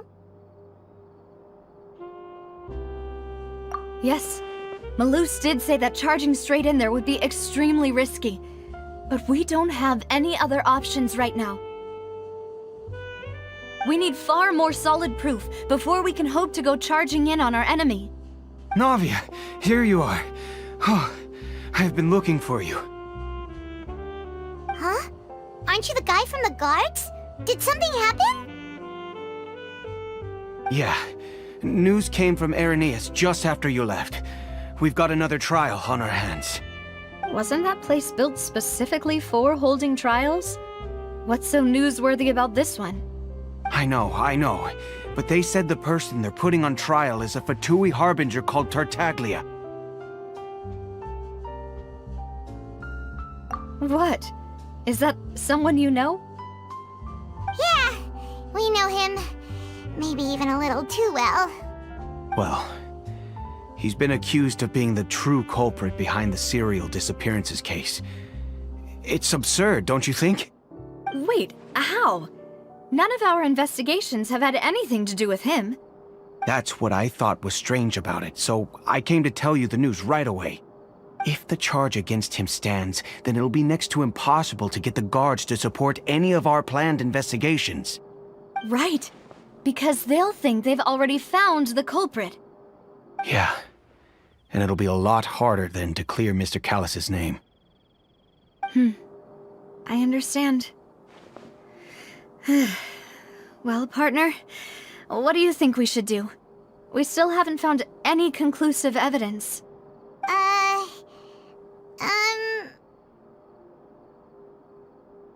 Huh? Split up? What do you mean? Just as expected of my partner.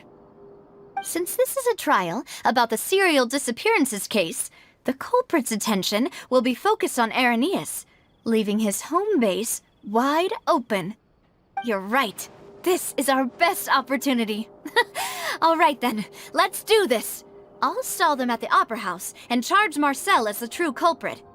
I won't have any chance of making that charge stick, though, unless we find more evidence. It'll be up to you to make it back in time and hand the decisive evidence to me. We'll help you, just like you helped us in Linny's trial. Demoiselle, please allow us to accompany you. I'm ready. Ah, Malou, Silver. When did you two get here? We heard that you'll be leaving Poisson and figured that you might require our assistance. It's our hope that your confidence will be bolstered with the two of us by your side. Thank you so much. Then, let's make haste for Irenaeus. Paimon, Traveler, I'll see you at the Opera House. See you then!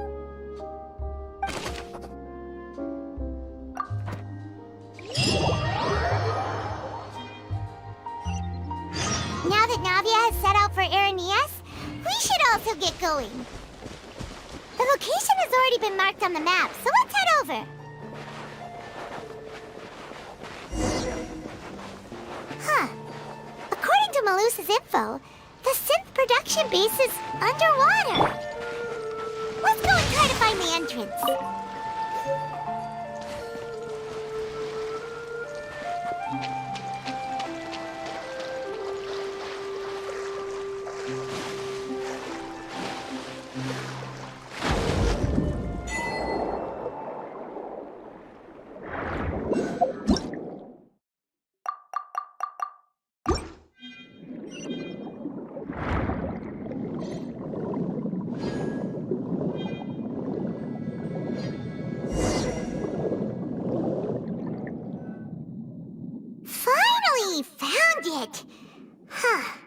So this is the entrance that leads to the synth production base. It sure doesn't seem out of the ordinary at all. Ah, you're right. An important place like this is bound to have a ton of protective measures and mechanisms. Navia's probably arguing up a storm right now to stall for us.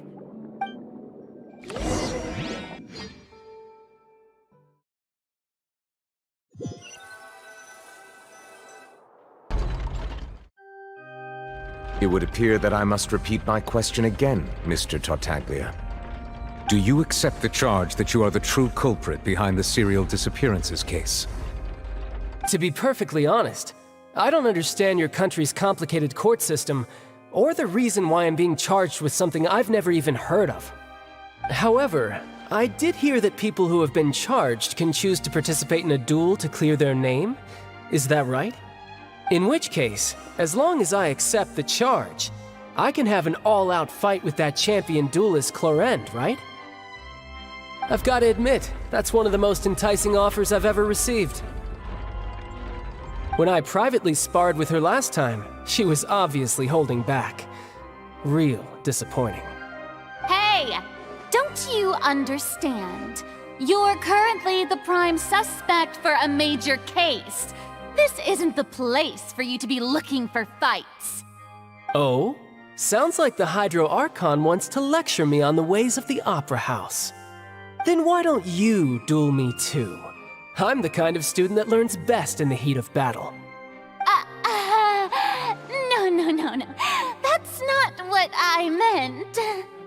Alas, it would appear that communication with the defendant is going poorly, and we have made very little progress. In that case, let me explain everything from the very beginning again. The goal of this trial is to determine the culprit behind the serial disappearances case. That case had nothing to do with him! You've got the wrong man! Huh? What's going on? Why is she interjecting again? I told you it couldn't be one of the Fatui harbingers. Miss Navia, this is the second time you've interrupted the court proceedings. I only tolerated your behavior last time because you were able to provide the court with a key eyewitness. But that was an exception rather than standard court protocol. I can very well charge you with contempt of court for your interjections. Oh, please. Did you ever think I had any respect for this place's pointless theatrics? We can put that discussion aside for now. I'm not here to argue with you. I'm here to charge the true culprit behind the serial disappearances case. And if my charges prove true, then Tartaglia here will be proven innocent by default, correct? Oh, a young lady has charged in and offered to clear my name. How fascinating. Well, I'd gotten half bored to death by all these rules and procedures anyway, so I'll take you up on that offer. So, Your Honor, is there nothing else for me to do now? You may take a seat for now in the audience, but that doesn't mean the suspicions against you have been lifted. Now then, Miss Navia, who is the person you would like to charge instead? That person is...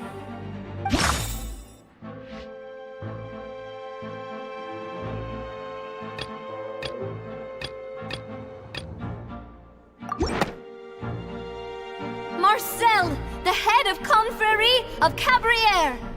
Huh? What confrérie? Never heard of them in my life. I've heard of them, but weren't they Spina di Rosula's sister organization? Oh, is this going to be a friends to enemies type situation? Please let me remind you, Miss Navia, that charging someone is an incredibly serious matter. Committing to the charge also means taking on the legal responsibilities associated with it. And if the charge fails, depending on the circumstances, you may also be charged with the crime of making a false accusation. Knowing this, do you still wish to charge this man? Yes, I do. In that case, I declare the charge to be valid. Miss Navia and attorneys, please take your places on the court. Members of the guards, please contact Mr. Marcel right away so that he may stand trial.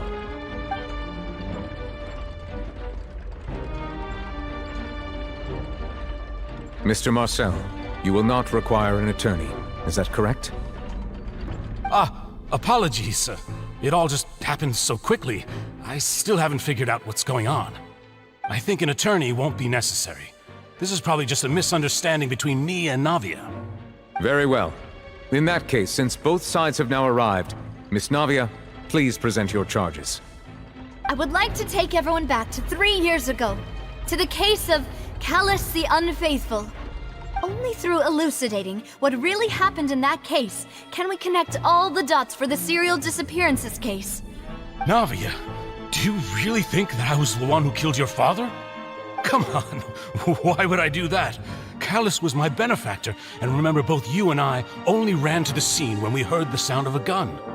If that's enough to make me a suspect, wouldn't that make everyone at that banquet a suspect as well? I think there's no point in getting into the specifics right now. The audience doesn't even have the big picture yet. Even I'm struggling to remember some details of that case. Exactly correct, Your Honor. I must refresh everyone's memory about that case before I can explain my charge and reasoning. I see. In which case, I will recount the findings about that case as originally recorded by Maison Gardiennage.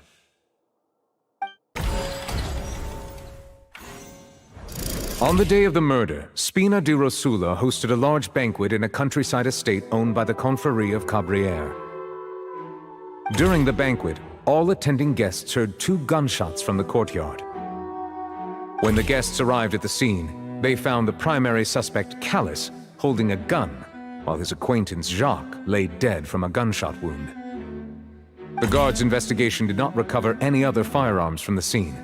As a result, they concluded that the suspect's first shot must have missed, while the second must have taken Jacques' life. The suspect did not dispute this conclusion, and also declined to defend himself in court. Instead, he chose to prove his innocence through a duel. Callus was defeated by champion duelist Clarand in the ensuing duel, and soon succumbed to the injuries. These are the known facts about the case.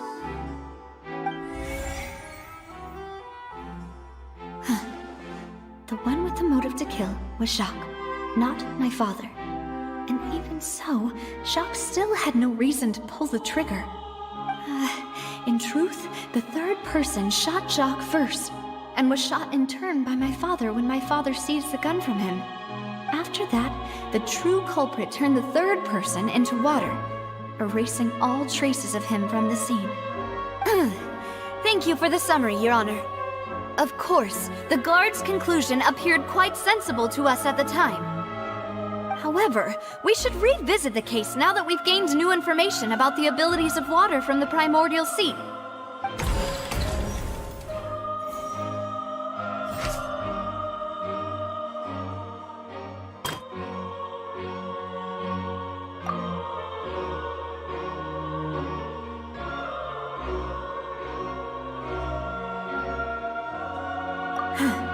Something's not right.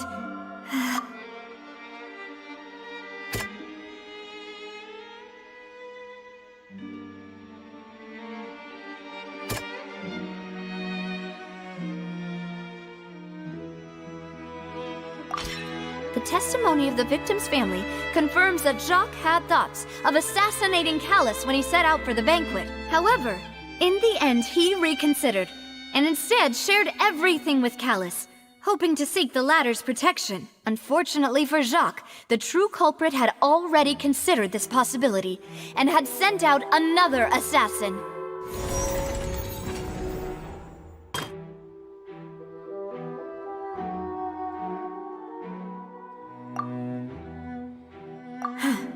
Something's not right. Let me think for a little while longer.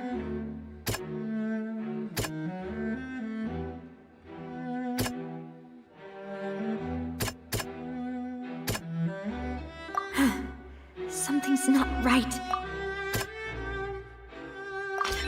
This assassin first shot Jacques, then turned to shoot Callus, only for Callus to wrestle the gun from him and kill him instead.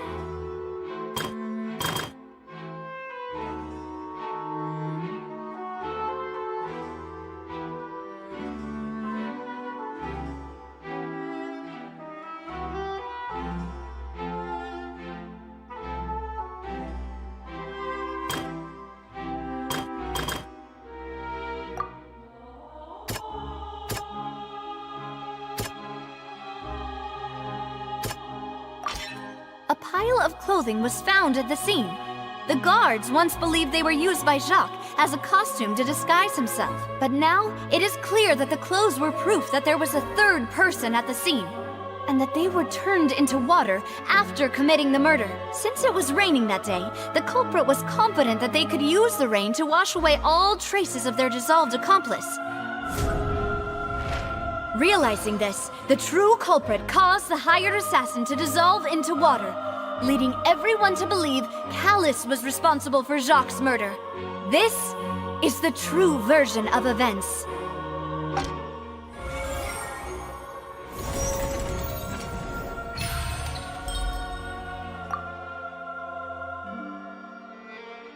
Ah, so that's what happened.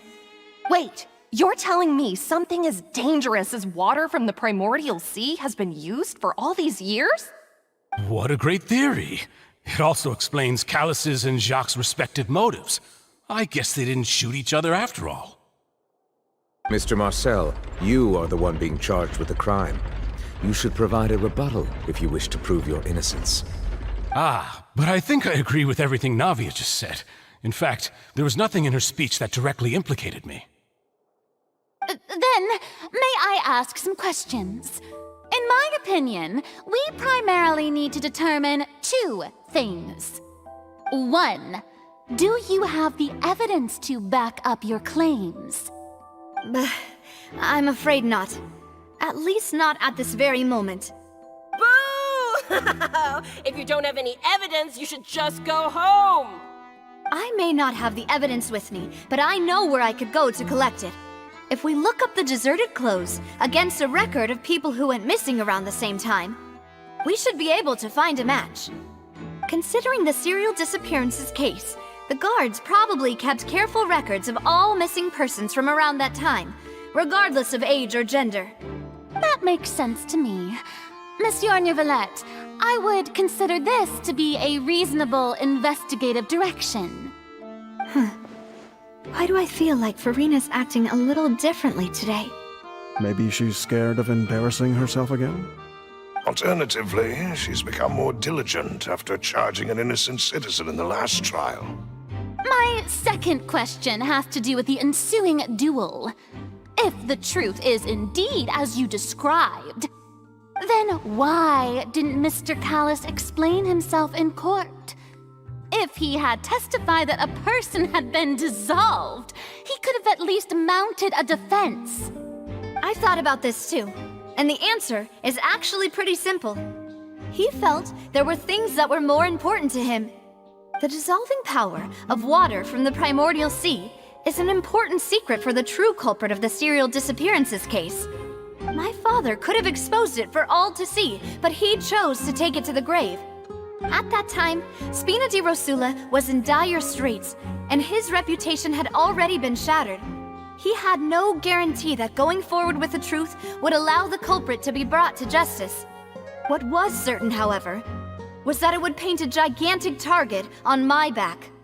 Boss once told me that Demoiselle had already been selected as the next target of the serial disappearances case. What?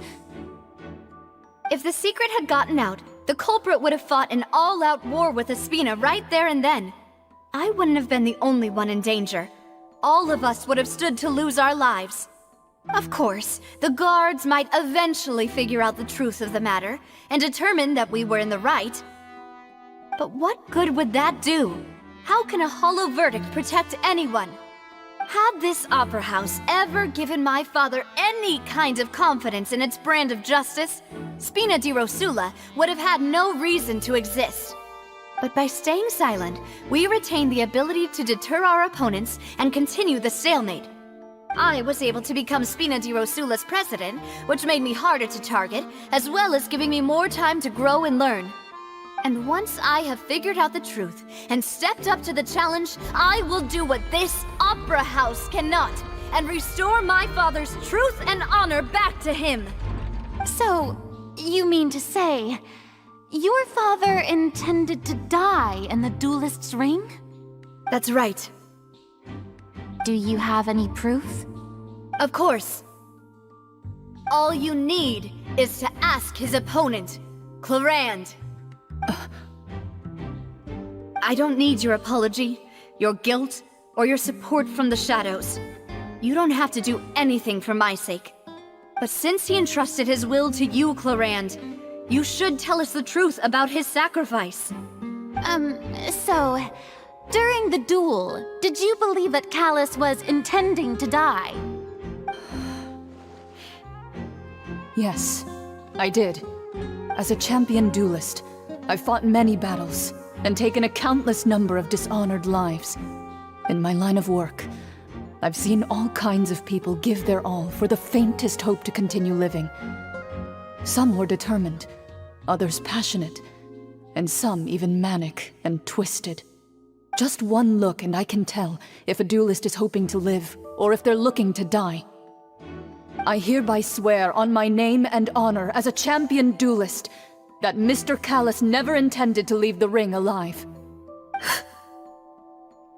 Since that's your testimony, I have no more questions. It appears there really are good grounds to reopen this case. I concur. However, Miss Navia, you still have not explained the link between your father's case and the serial disappearances case. Right? What she said was fascinating, but kind of beside the point. Wait, weren't they just talking about the serial disappearances case? Of course, Your Honor.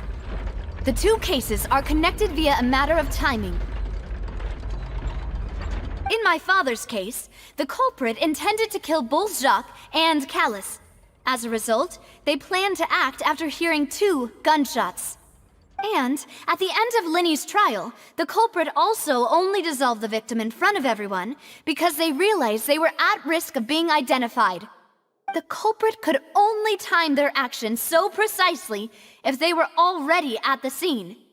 Coincidentally, Marcel attended both the banquet and the trial. So that's why you suspected me. Even after hearing your reasoning, I still can't help but find it a little preposterous. I'm used to it, though. You've always been an impulsive and sentimental child, Navia. It's one of your most endearing traits. No need to appeal to pathos. I won't try to refute your points one by one, but even if everything you just said was true, can you prove that I was the only person present at both events? On top of that, does a person have to be physically present to control the timing? Can't someone remotely monitor the place? I don't know what she can say to that. I know that even with that, you might still think you can reduce the list of suspects with some further investigations, until I'm the only one left on the list. Alas, who won't feel at least a little hurt by an accusation of murder from a girl you see as your own daughter? But if I were to dismiss this completely, you'd also think I'm not being considerate of your feelings. Ah well, let Uncle Marcel teach you another lesson. Do you know what the biggest flaw in your reasoning is? I suppose you're gonna tell me anyways. It's timing again. I'm a businessman by trade. From that standpoint, there's no reason for me to kidnap young women. It's a high-risk action with nothing to gain. In addition, I left my home in Snezhnaya when I was young to come to Poisson and work in some trade. My business only thrived when I received Callus's patronage. But the disappearances began before I ever stepped foot in Fontaine. I do apologize, demoiselle. This was my mistake. No, it's not your fault. I'm sure he had come prepared. Is there anything else you'd like to say? Would you like to check the date of my first business license against the first known case of the serial disappearances? You can also take a look at my border entry records, or ask my friends and family when I left Snezhnaya for the first time. Could those records and testimonies do something to appease the unspeakable anguish in your heart? Seems like she got the wrong guy. At this rate, Navia will be convicted for falsely accusing him. I think you've done a superb job of dissecting your father's feelings as he neared the end of his life. But aren't you going against all of his wishes and expectations right now? He wished for you to become more rational, collected, and conscientious, instead of dwelling only on your own feelings. Once you've learned to be more considerate of others' feelings, and to stop rushing headlong into things, you'd have met most of his expectations. This isn't just about me, and it never has been. The biggest difference between me and the rest of the victims is that I still have the ability to search for the truth, while that same agency has long been taken from them. The people whose families were destroyed by synth abuse, the people who lost their loved ones to the serial disappearances, and the people who suffered tragic ends due to their sense of justice. Many people's images are flashing before my eyes. I'm sure some are coming to those of you in the audience as well. And whose image do you see, Marcel? Is it a man named Vacher? Oh, so you do know that name. I'm merely surprised you'd suddenly say the name of someone I've never even heard of. I was waiting for you to say that.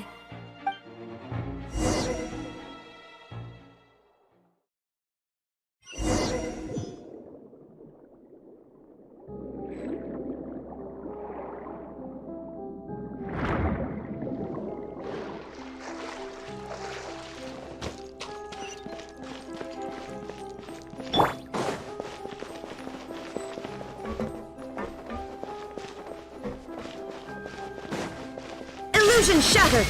Now you shall perish!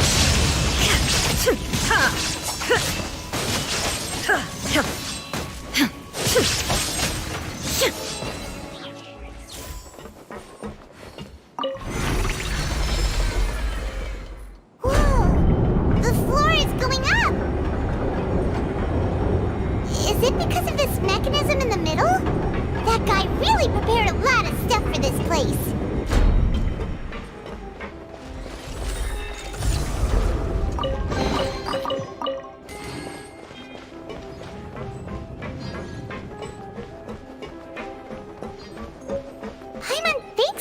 Go up, but Paimon doesn't see a way.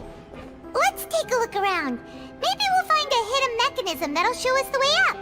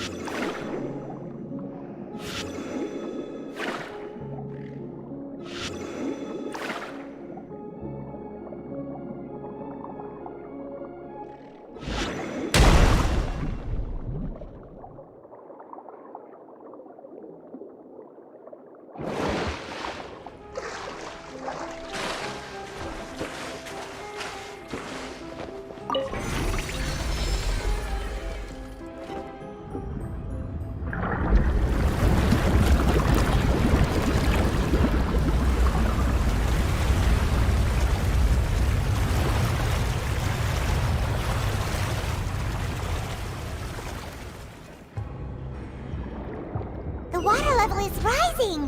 Now we can swim to the top! But this is still a ways away from where we need to go.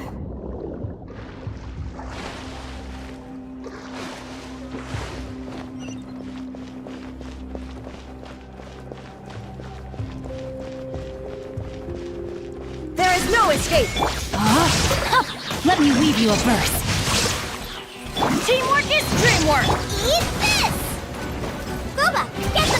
Shine down!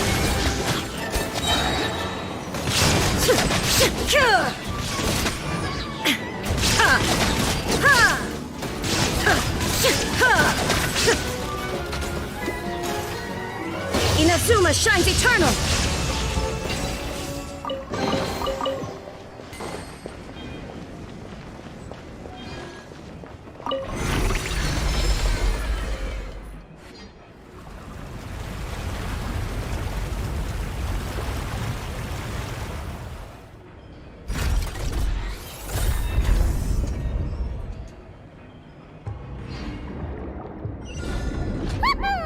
Now the path is clear! Let's go!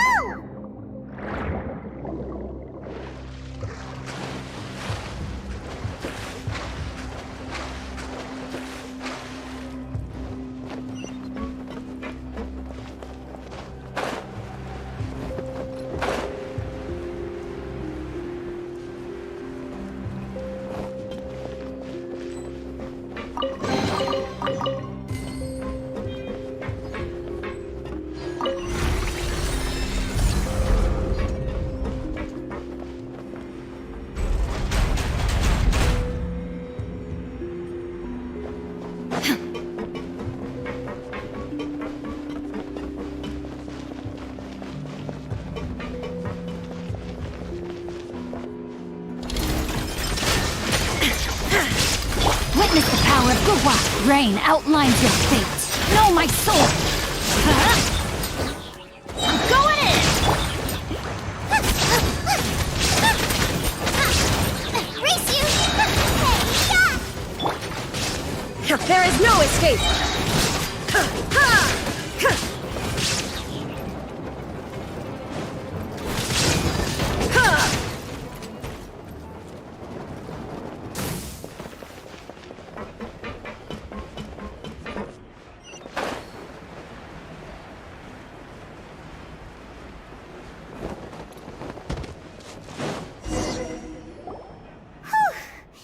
After all that, we finally made it to the innermost sanctum.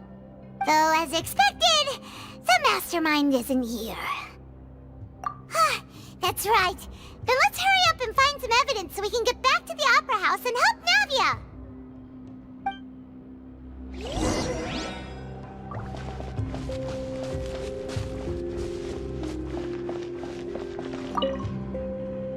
What's this over here?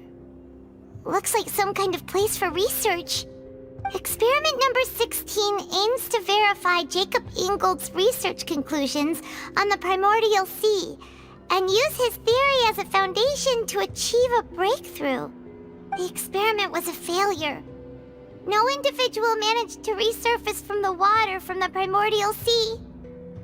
Female specimens 22, 23, and 24 were dissolved.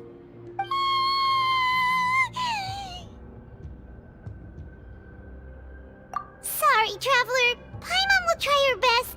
It's just that Paimon's never read something so scary before. How can someone write something that terrible in such a matter-of-fact tone? You read the rest. Paimon's too scared to keep going. So that's why he did all of these experiments. But did he really think he'd be able to find a way just by dissolving people over and over? That's just insane! Huh? Isn't that the name you heard by the fountain? Paimon thought he was an eyewitness in the serial disappearances case.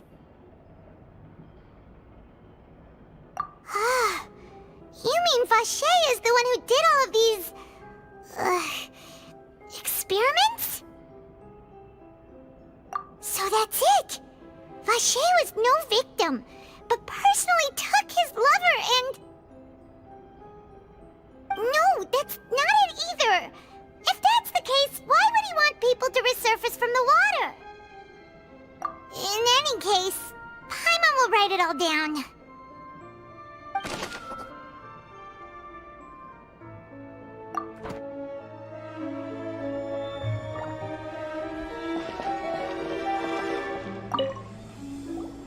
Whoa! There's so much synth here! And so many bottles of ingredients that probably just contain the waters of the primordial sea. Mixing in progress, ready to drink, stock sample? Huh. They've also got all the synth pretty clearly labeled. Whoa, there's even fruit-flavored synth? Yep, it's super obvious.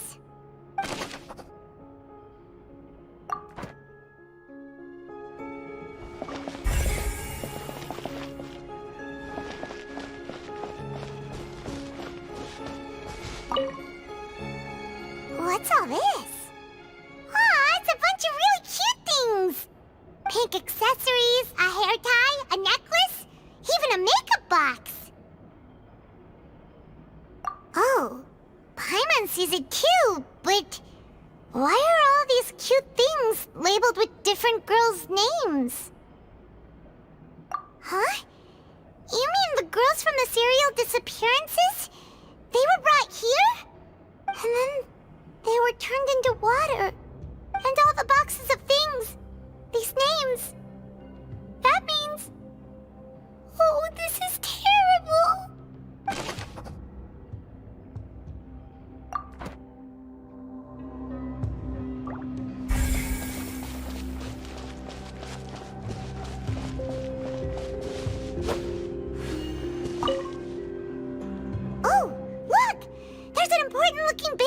here, and it's full of water. That means this is where they make all the synth, and that special water is the main ingredient. If you dilute it with normal water, you'll get synth, but the pure stuff can dissolve a human. Paimon will take notes on this incriminating evidence.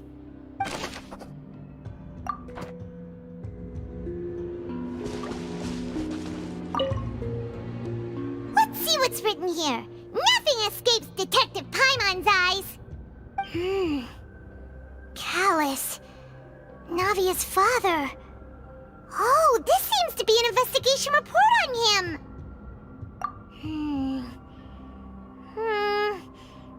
Yep, it's about finding someone to assassinate Jacques and Callus because of a lack of confidence that Jacques himself would go through with it. This should prove the existence of the third person, right? We still have not determined the exact content of the key information Callus has passed on to certain members of his organization. The old dog's a real menace to deal with. Even if he abides by the promise he's made to us, he will still have the upper hand. He can act whenever he wants to make our lives miserable. The only option left is to remove him from the picture entirely. I concur. Let's send someone to kill him. He won't declare war as long as we don't touch Navia. Oh, seems like we've got a bunch of correspondence between the higher-ups. They're all just so evil.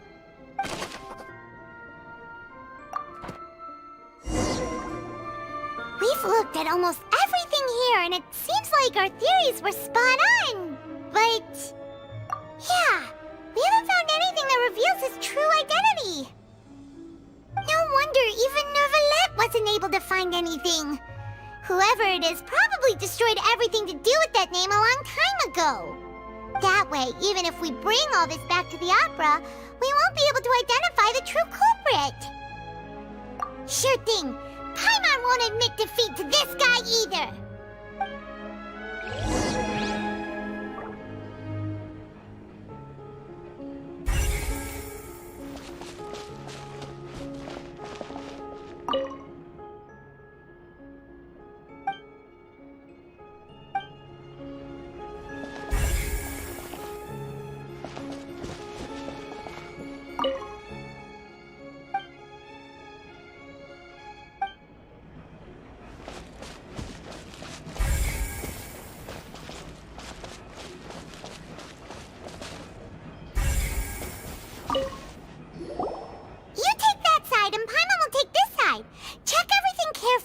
We'll find something for sure.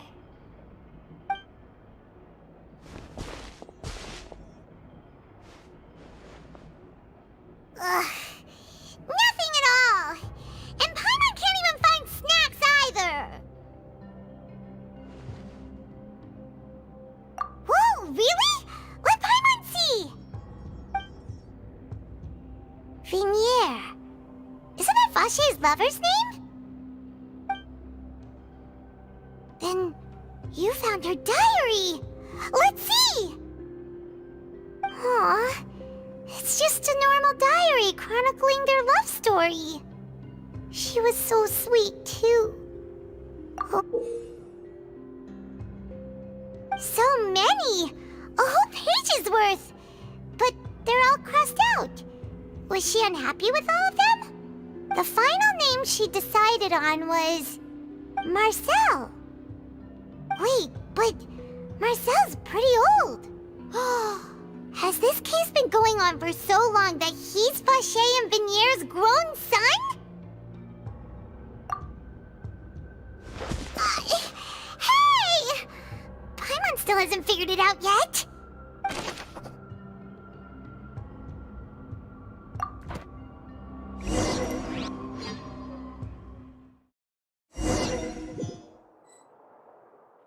And whose image do you see, Marcel?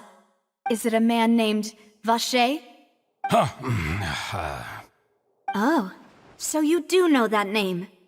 I'm merely surprised you'd suddenly say the name of someone I've never even heard of. I was waiting for you to say that. Navia! We're back! As expected of my partner. I just knew you'd return in the nick of time. Just how often do you intend to flout the rules of this court? It's all right, Monsieur Nervalette. Given their confidence, I expect they've found the crucial evidence.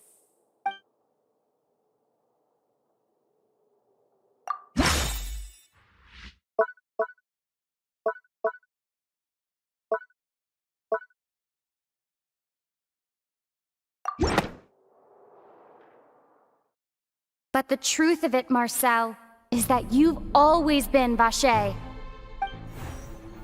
Huh? We've investigated your lair and we already know everything! After your lover, Venier, was dissolved, you kept abducting young women to experiment on the hopes of bringing her back to you! You even created Marcel as a new identity and destroyed all records of your past as Vacher! So that's it. Even the villains in opera performances rarely go that far. And with that, Marcel's motive has now been established. This information regarding your past also dismantles your prior timing defense. Well, Marcel, do you know where you went wrong? You fixated your gaze on the lover that passed away, instead of paying attention to the living people around you. So, you never noticed how we changed, or how we grew as individuals. You also never understood Boss's real expectations for his daughter. Or our determination to see things through. Your determination. Mr. Marcel, please speak up now if you would like to defend yourself. Otherwise, the trial will move on to the next stage. Do you really think I wanted to do any of this? Pay attention to you? What for? Have you ever paid attention to me? Ever empathized with my pain? Ever known how it feels to watch the love of your life dissolve right in front of your eyes? No one helped me. No one even believed me. All those decades ago, even the officers from the Maison Gardiennage were laughing at me. They said there's no way a human being can turn into water. So I must have gone mad from grief. Vinier's death was brushed away by all of you as if it didn't matter at all. Well, now you know, don't you? Ha! Well, it's too late now. All those who were dissolved are gone forever.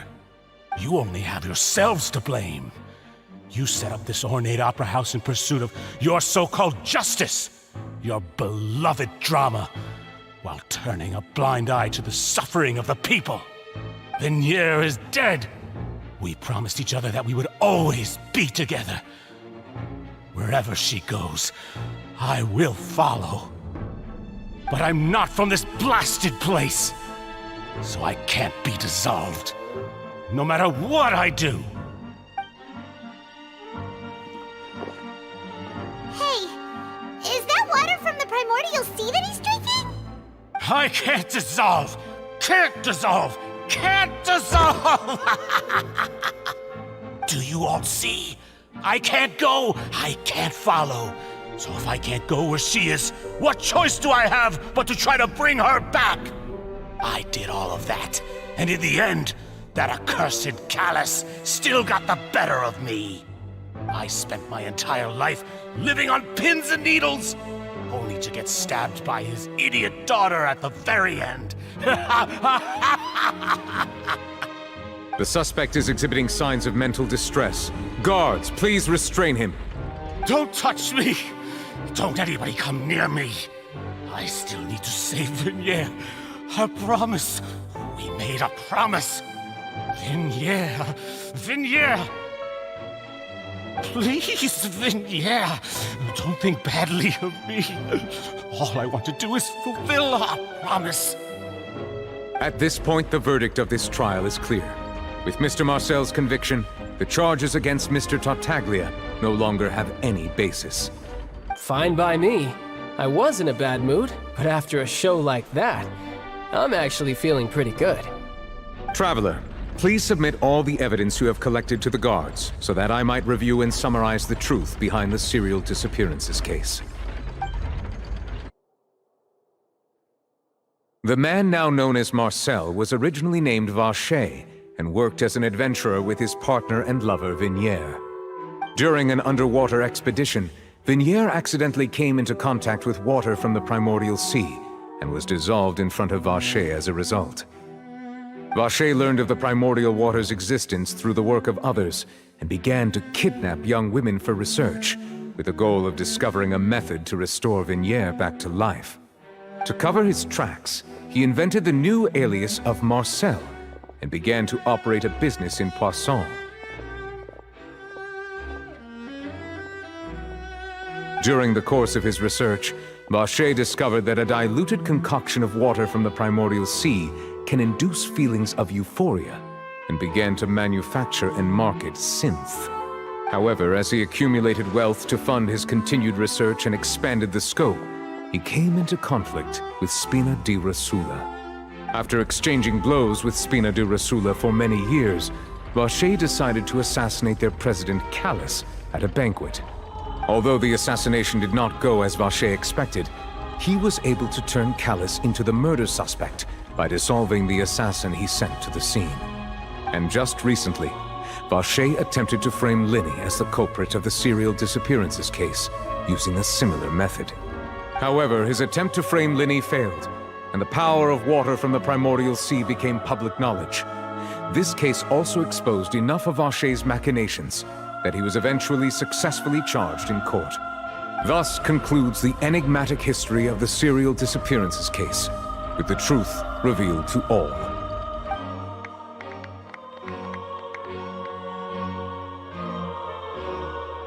The Oratrice will now deliver the final verdict regarding the charges against Mr. Vacher.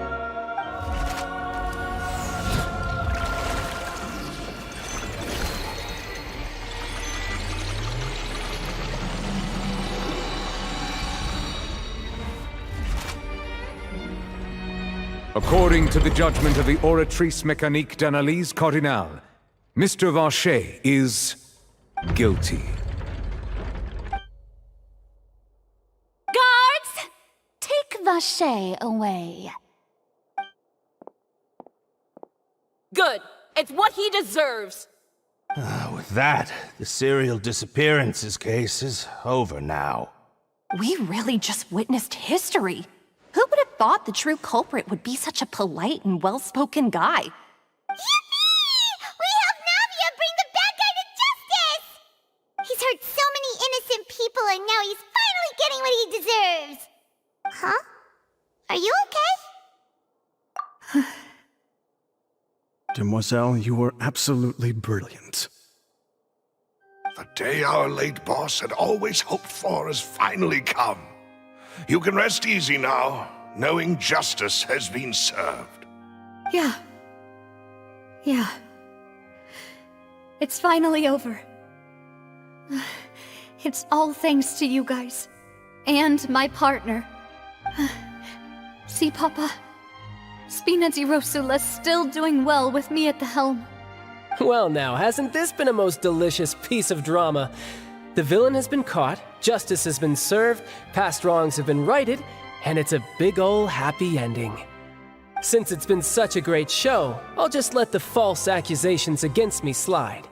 Either way, I've still got some business to attend to, so if you'll excuse me... Please wait just one moment, Mr. Tartaglia. What now? None of this has anything to do with me. According to court protocol, since this trial was initiated due to a charge against you, a verdict must also be made regarding the initial charge before the trial can conclude. Oh, come on. Is this really necessary? Haven't you already caught the real criminal? Isn't it time for side characters like me to exit stage left? Please respect the laws of Fontaine. This has always been the rule. All right, but this sure is a lot of hassle. All I need to do is stand over there, right? Let's just get this over with. Through evidence presented in the public trial that was just held, it has been established that Mr. Tartaglia has no direct connection to the serial disappearances case. The guilty party has been identified, and thus it is logical to suppose Mr. Tartaglia is innocent of the charges. We now turn to the oratrice mécanique d'analyse cardinale to render the final verdict on the charges.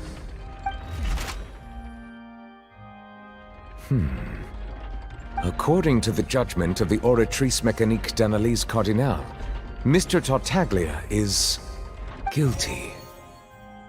What? Hey! That's not funny! Didn't you just say I'm supposed to be innocent? What's with this verdict? Is your justice machine malfunctioning? Huh? This has never happened before. The Oratrice actually returned a different verdict from the Chief Justice. I mean, have you ever heard of an innocent Fatui Harbinger? Do you think the Oratrice might have just convicted him on general principle? But weren't the charges about the serial disappearances case? No matter what else he's guilty of, it shouldn't affect the verdict in this case, right? The judgment of the oratrice mécanique d'analyse cardinale is, by law, the final verdict of the court. We must accept the guilty verdict. Guards, please take the suspect into custody per court protocol.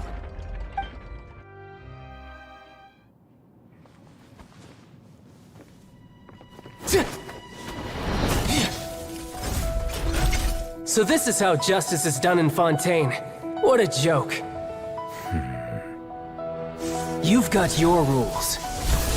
Well, I've got mine too!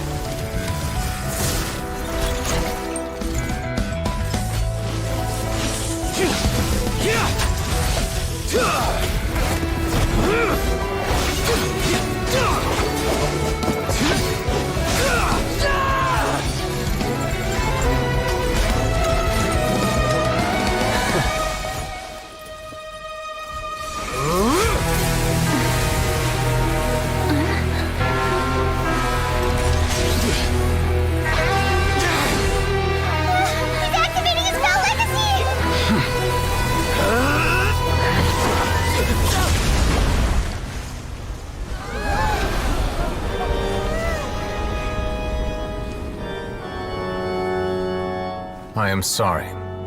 If you have been wronged, we will find the truth. But the rules of the court must be upheld.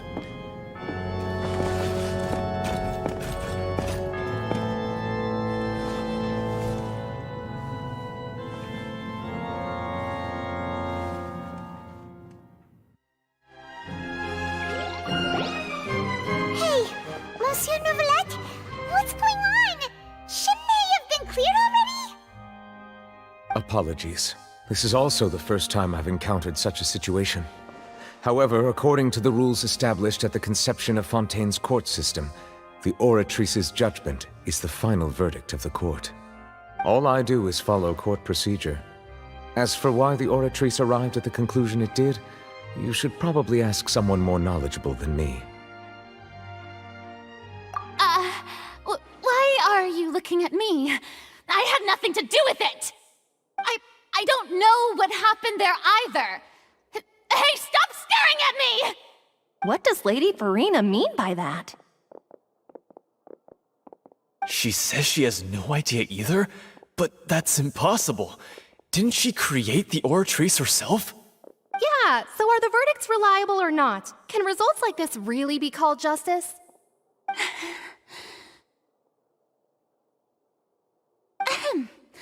My dearest citizens, did you really think we'd allow an incorrect verdict to be handed out in this court?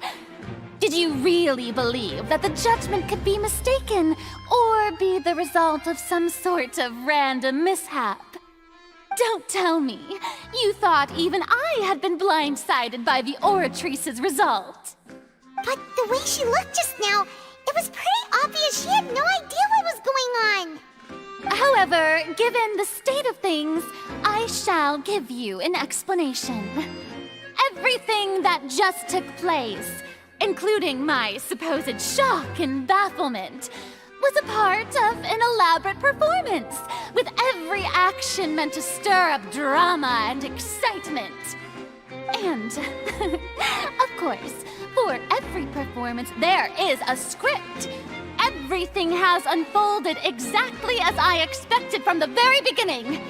As the embodiment of the very concept of justice, the Oratrice shall never render an arbitrary judgment! If you thought Child had nothing to do with the serial disappearances case, it is only because you've been blinded by the superficial appearance of innocence. Everything he's done, not to mention the danger he poses, are beyond ordinary comprehension and completely unforgivable! All shall be revealed in time. You will come to understand my noble intentions, as well as the absolute correctness of the Oratrice's verdict.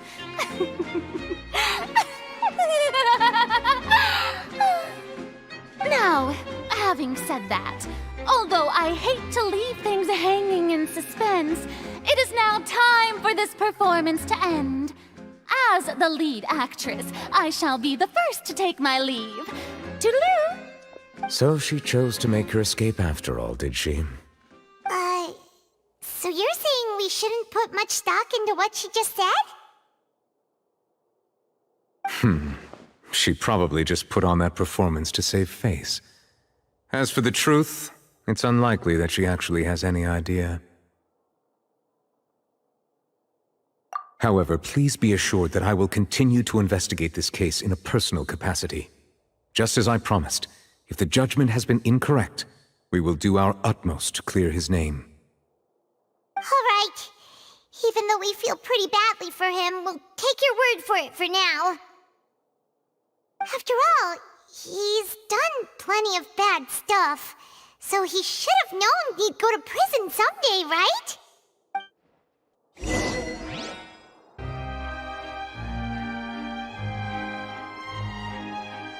Hey, what are you doing? Quick, stop him!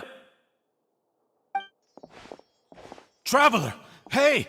Traveler! Marcel! What are you doing over here? Stop resisting arrest! Cease, or we'll add another charge to the list! No, wait!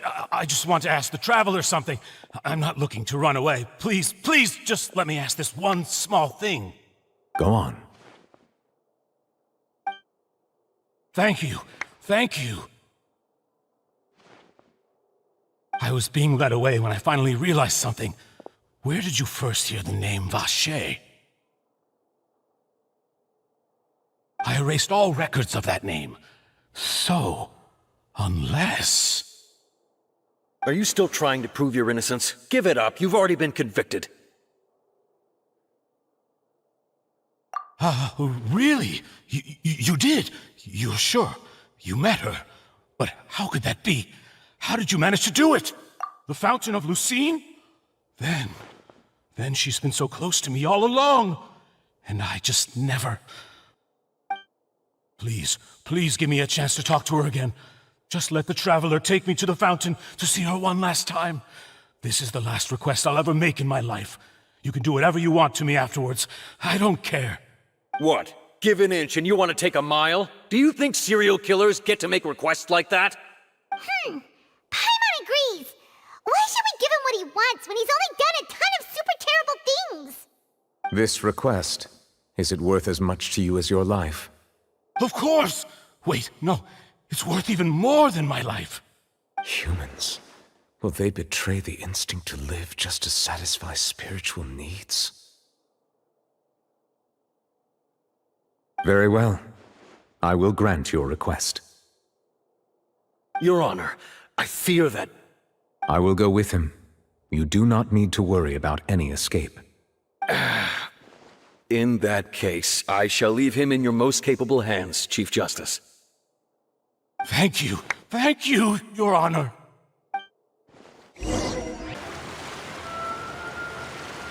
Is this the place? You said she's here, but what do I need to do to see her? Yeah, and even Paimon could hear her after drinking that thing. Didn't you just drink a lot of it on the stage as well? Oh, in that case... Vache! Ah! Yes, that's it! So you heard Vignier, it's me! It's me, Vache! Vache? Vache? I'm here! I'm here! Where are you, Vignier? I'm coming for you. I'm finally here for you. Hey, wait! Be careful! Hey, wait!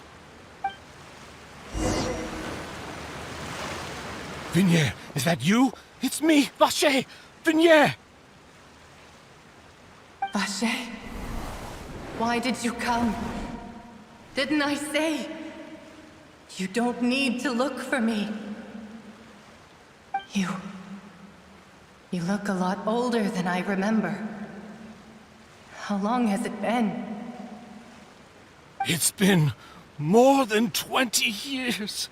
I've suffered for over 20 years since the day you left. All this time, only the thought of bringing you back has kept me alive. Nothing else mattered to me. I must be dreaming. Who would have thought I'd get the chance to tell you all of my feelings like this? Vignier, you are my everything. I really don't know how I could live without you. But Vache, if you ask me, this world would be better off without you. What are you saying? If not for you, I would have finished my law degree and probably become a top-tier attorney one day. If not for you, I would have continued to pursue my love of the arts, and my works would have been displayed in the Palais Mermonia itself. If not for you, I would at least have been able to take care of my mother. And she would not have grown old and died alone, with nothing but the tears on her cheeks. It's all because of your selfishness, Vache. It's all because of you. You... Wait, you are not Vignier. Who are you? You're right. I am not Vignier.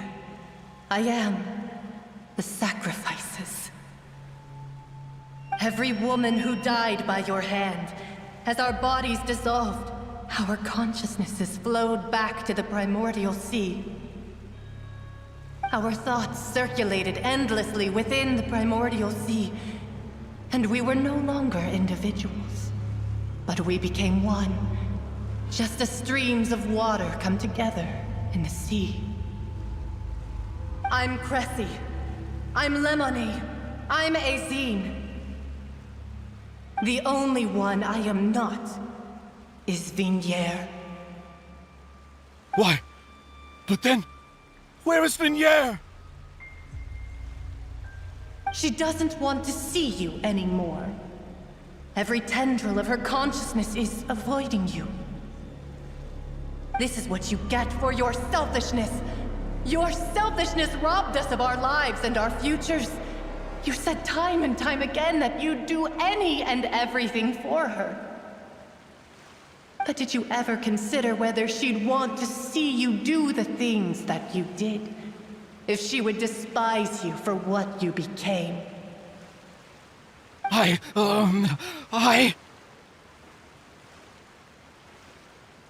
You are a liar, a heartless murderer, and a cowardly narcissist. The only thing you are not is Vignier's beloved. From the moment your first victim died and her consciousness merged with Vignier's, she has had nothing but pure hatred for you.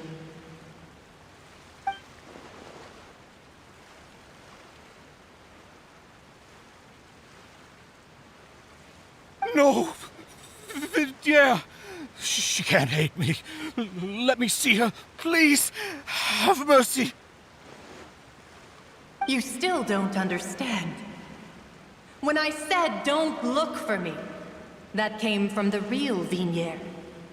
She really doesn't want to see you anymore. But on top of that, she also said that because it's her final drop of pity for you. She said that because she knew that if you did come here, we will show no mercy to you. Vache. Vache? Vache? Vache. Vache. Vache. Vache. Drown.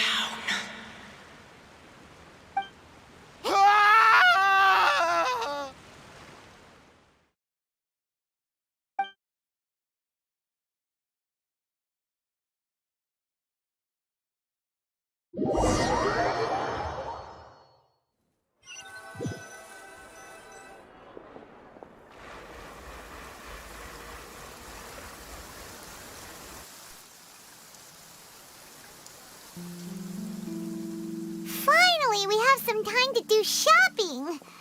Gosh, it's really been a long time since we've been able to relax. Huh. Well met, partner. I knew something great was going to happen when I woke up in such a good mood today. Even this weather can't put a damper on the demoiselle's mood. It's a pleasure to see you both again. Oh, hey, Navia! It's been a few days. Paimon's already started to miss you. Oh, now that I believe. I'm easy to work with and always bring home the bacon. Who wouldn't treasure having a partner like me? Sounds like you're really enjoying life these days, Navia. What have you been busy with since the trial? It's just been one thing after the other. I've been making non-stop trips between Poisson and the court since then. Everyone from Spina di Rosula organized a memorial for my father. We never held a memorial when he first died, since everyone knew that even if we held one back then, no one was going to come. This time, though, everyone in Poisson, and even many people from the court, all attended. So his name's definitely been cleared now. That's what we like to hear. It's been the dearest wish of Demoiselle all along. That blasted stubborn fool. I was right to put my faith in him. I'm so glad I didn't give up on the case all those years ago. Oh, by the way, I ran into Charlotte just after I left the memorial service. Well, maybe it'd be more accurate to say I knew she would be there, and there was no way she'd just let me go. Huh? So you know Charlotte too? The Charlotte? Journalist from the Steambird? Yeah, way back when I first became the president of the Spina di Rosula, she was all over me. Wouldn't take no for an answer. I believe the story was called The True Heart of Darkness, Secret Tales of the Yellow Rose. To be fair, though, it was a really flattering feature. So, we've been on pretty good terms ever since. She was trying to lean on our friendship to get me to do an exclusive piece on the serial disappearances case. Oh yeah, she told us about that. She's always been super interested in that case, so now her wish has finally come true too. Anyway, I told her to make sure that when she writes about you guys entering the opera house with the critical evidence, that you both sound really cool. Now that's another thing to look forward to. We trust Charlotte's skills with a pen for sure. Oh, and in other news, I also took Clarand out for a meal. Oh, are you two on better terms now? While you were investigating Vache's headquarters, Clarand gave testimony on my father's behalf. It was thanks to her that we were able to turn the tide. I wanted to thank her.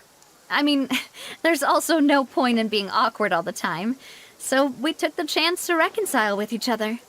Oh, that's great. Paimon also thought Clarand wasn't actually a bad person. It's always good to have more friends. Anyway, now that the case has finally been solved, perhaps it will slowly begin to fade from the public consciousness. Oh, actually, there's still one last thing I need to do. What is it? I should pay a visit to my father's grave and tell him the truth of what happened, as well as how it all ended. And on top of that, just how much people still look up to him to this day. That includes me, too. Miss Navia. Indeed. We want to go too! We also think Callus is a really admirable person. Sure thing. I'd like you two to share the moment with me. After all, without you, there might not have been such a positive ending. And in that case, everyone, let's be off.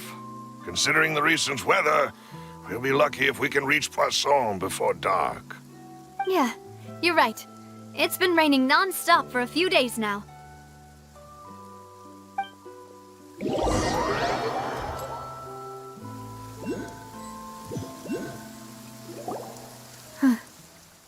This is where my father's grave is. To be perfectly honest, even I haven't been back here for a long time. Huh? There's someone there already. Wait. That figure. It can't be. Hmm? Isn't that Neuvillette? Why would the Chief Justice be here? Huh? Navia?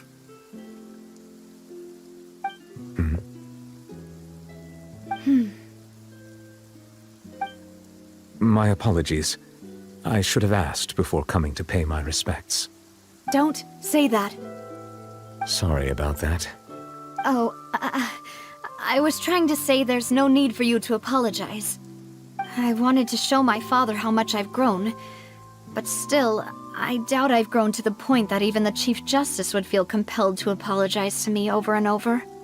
In that case, I will stop apologizing for now. You really could use some pointers on understanding human emotions, Monsieur Neuvillette. In any case, why did you come to Poisson? Well, ever since that day, I've been turning a question over and over in my head. Just what is justice anyway? There was once a time when I didn't want to believe that there could be anything more important to humans than life itself. Oh, rather than that, it's probably more truthful to say I didn't believe humans were capable of resisting the most basic instinct of living things. That they could rebel against their own nature, or consider certain things to be more important than their own lives. Which is also why I didn't stop your father from beginning that fateful duel. I believed that a truly innocent man would never throw away his life like that. That there was nothing, should have been nothing more important than one's own continued survival. But Mr. Callis proved me utterly and decisively wrong. If not for his sacrifice, the serial disappearances case would have remained unsolved to this day. Mr. Callis made the choice he did for his daughter, for his associates, and for many people completely unrelated to him.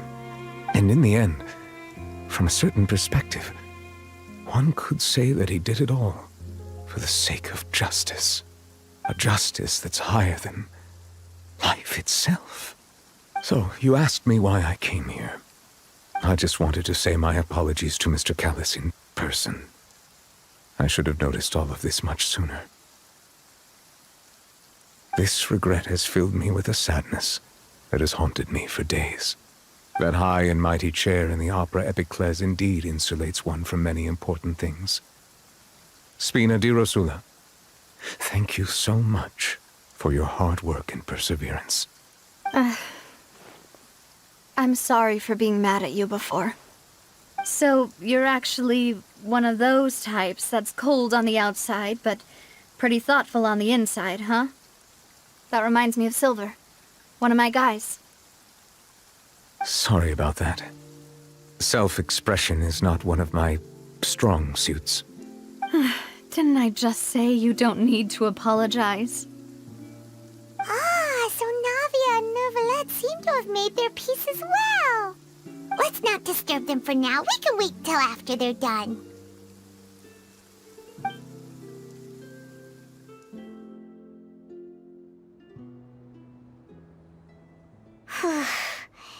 Paimon's never paid respects at someone's grave before. Did Paimon do anything rude there? Huh? Oh, Paimon didn't know that was a thing. But Paimon doesn't know what she would do if she can't fly. Oh no. Paimon hopes Miss Navia won't be too mad. Anyway, Neuvillette is still standing around there. It's not often that we can catch him alone like this, so why don't we go talk to him for a bit? If we can't talk to Lady Farina, we can at least talk to him, right?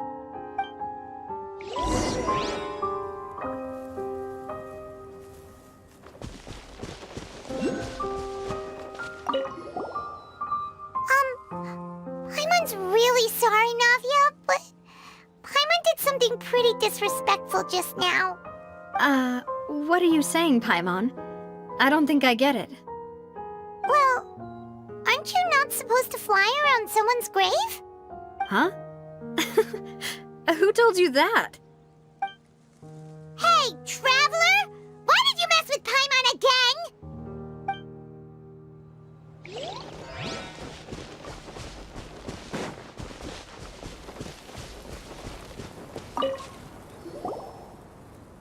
Oh, it's you two. Did Miss Navia invite you to come pay your respects to her father? Mm-hmm. We ran into Navia on the streets today, so we just followed her here. I see. Then is there something that I can help you with? Well, it's pretty hard to run into you like this, since you're usually super busy. So we figured we could try to ask you a few questions, if that's okay. Please feel free. Though outsiders, you helped us solve one of the greatest mysteries in Fontaine, and it would be my pleasure to return the favor. So, at court, the bad guys referred to that special water as water from the primordial sea, but what is it really? Truthfully, that name is already quite accurate. I can only surmise that Vacher and his ilk only learned of its nature and existence after extensive research. There used to be a special sea on the surface of this planet. The nature of its seawater was rather different from that of the sea we know today. Most of Tivat's life forms were first born in that special sea. You could say it nurtured much of the life on this planet. Huh. So it really was where everything began. It makes sense to call it primordial then. But today, the primordial sea no longer exists on the planet's surface. What Vacher discovered must have been some kind of special case, or a remnant from a truly ancient age. Huh. So that's how it is. Oh, you really know everything, Monsieur Neuvillette. But if that's the case, then why would people, at least people from Fontaine, dissolve in that kind of water? Indeed. Why would the primordial sea, which was known to engender and nurture life, suddenly reverse itself and devour life instead? To be frank, that also doesn't match my understanding of this world and its laws. There must still be some unknown secrets around the people of this land. Is there anything else you'd like to ask me about?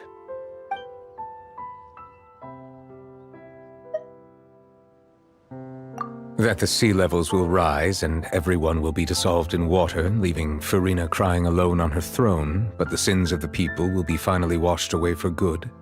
Does that appropriately summarize the version you've heard? That's right! It was Linny that told us back then. And that about covers all the main points. Yes, up to the present, I think we reached a point where we have no choice but to confront this prophecy directly. Rumors have it that this prophecy is rooted in the last words the former Hydro Archon left to the world before she passed away. A prophecy? Of the former Hydro Archon? Wow. This is the first time that we've ever heard of it. 2 parts of the prophecy have already proven correct. The rising sea levels and the ability of the people of Fontaine to be dissolved. We should be more vigilant and stay on the watch for further signs. Speaking of the prophecy, Farina has also always taken it quite seriously. Indeed, she has been collecting information and intelligence from across Tivat for this purpose. If the rumors were true, then perhaps this prophecy is the conundrum left to Farina by her predecessor. But with Farina being the way she is, can we really trust her to solve it? Is there anything else you'd like to ask me about? My apologies. My investigation has still not reached its conclusion. However, I still believe the judgment of the Oratrice was not rendered arbitrarily. Huh? But you also said you thought he was innocent. For many years, I have been quite aware that the Oratrice does not simply mechanically repeat the verdict that I give on each case. As a divinely created mechanism, the people's unified faith in the concept of justice is integrated into it. Not only can it produce the incredible power of indemnitium, but it likely also possesses other traits, such as self-awareness. Which is all to say, I have been prepared for a situation like this for a long time. So when Lenny told us that he heard a human voice from the room where the Oratrice's core is stored... I was not aware such a thing had occurred. Perhaps that could serve to prove my conjecture. I will add that to the list of items to investigate. In any case, I am inclined to believe that the Oratrice does have a methodology all its own. We just do not have enough information. Based on Farina's reaction, I doubt even she had any idea what was going on. She managed to bluff her way through it, though, with her time-tested twin tricks of bravado and drama. While we do intend to get to the bottom of this, for now, we regret to say that the Fatui Harbinger will just have to bide his time in the fortress of Meripede. If we did incorrectly convict him of crimes he did not commit, we will most certainly compensate him to the fullest extent allowed by the law. If you ask Paimon, the only compensation he'll want is a no-holds-barred fight with you. Is there anything else you'd like to ask me about? Your sibling, another blonde-haired traveler. I'm sorry, but I've never seen anyone who matches that description. If he ever stepped foot in Fontaine, I'm sure he followed our laws to the letter, and had no reason to appear on the stage of the opera Epicles. Is there anything else you'd like to ask me about? Very well. It was my honor to provide you with what answers I could. I very much enjoyed conversing with you. It will soon be time for me to leave this blissful tranquility behind and return to Palais Memoria. You really are super busy, Monsieur Neuvillette. Paimon thought you only came here to pay your respects today because you had the day off. Crime and villainy do not have the day off, and so justice must work around the clock as well. This is merely the nature of a justice's work. All right. You've got a point. Huh? Paimon just noticed that the rain has stopped.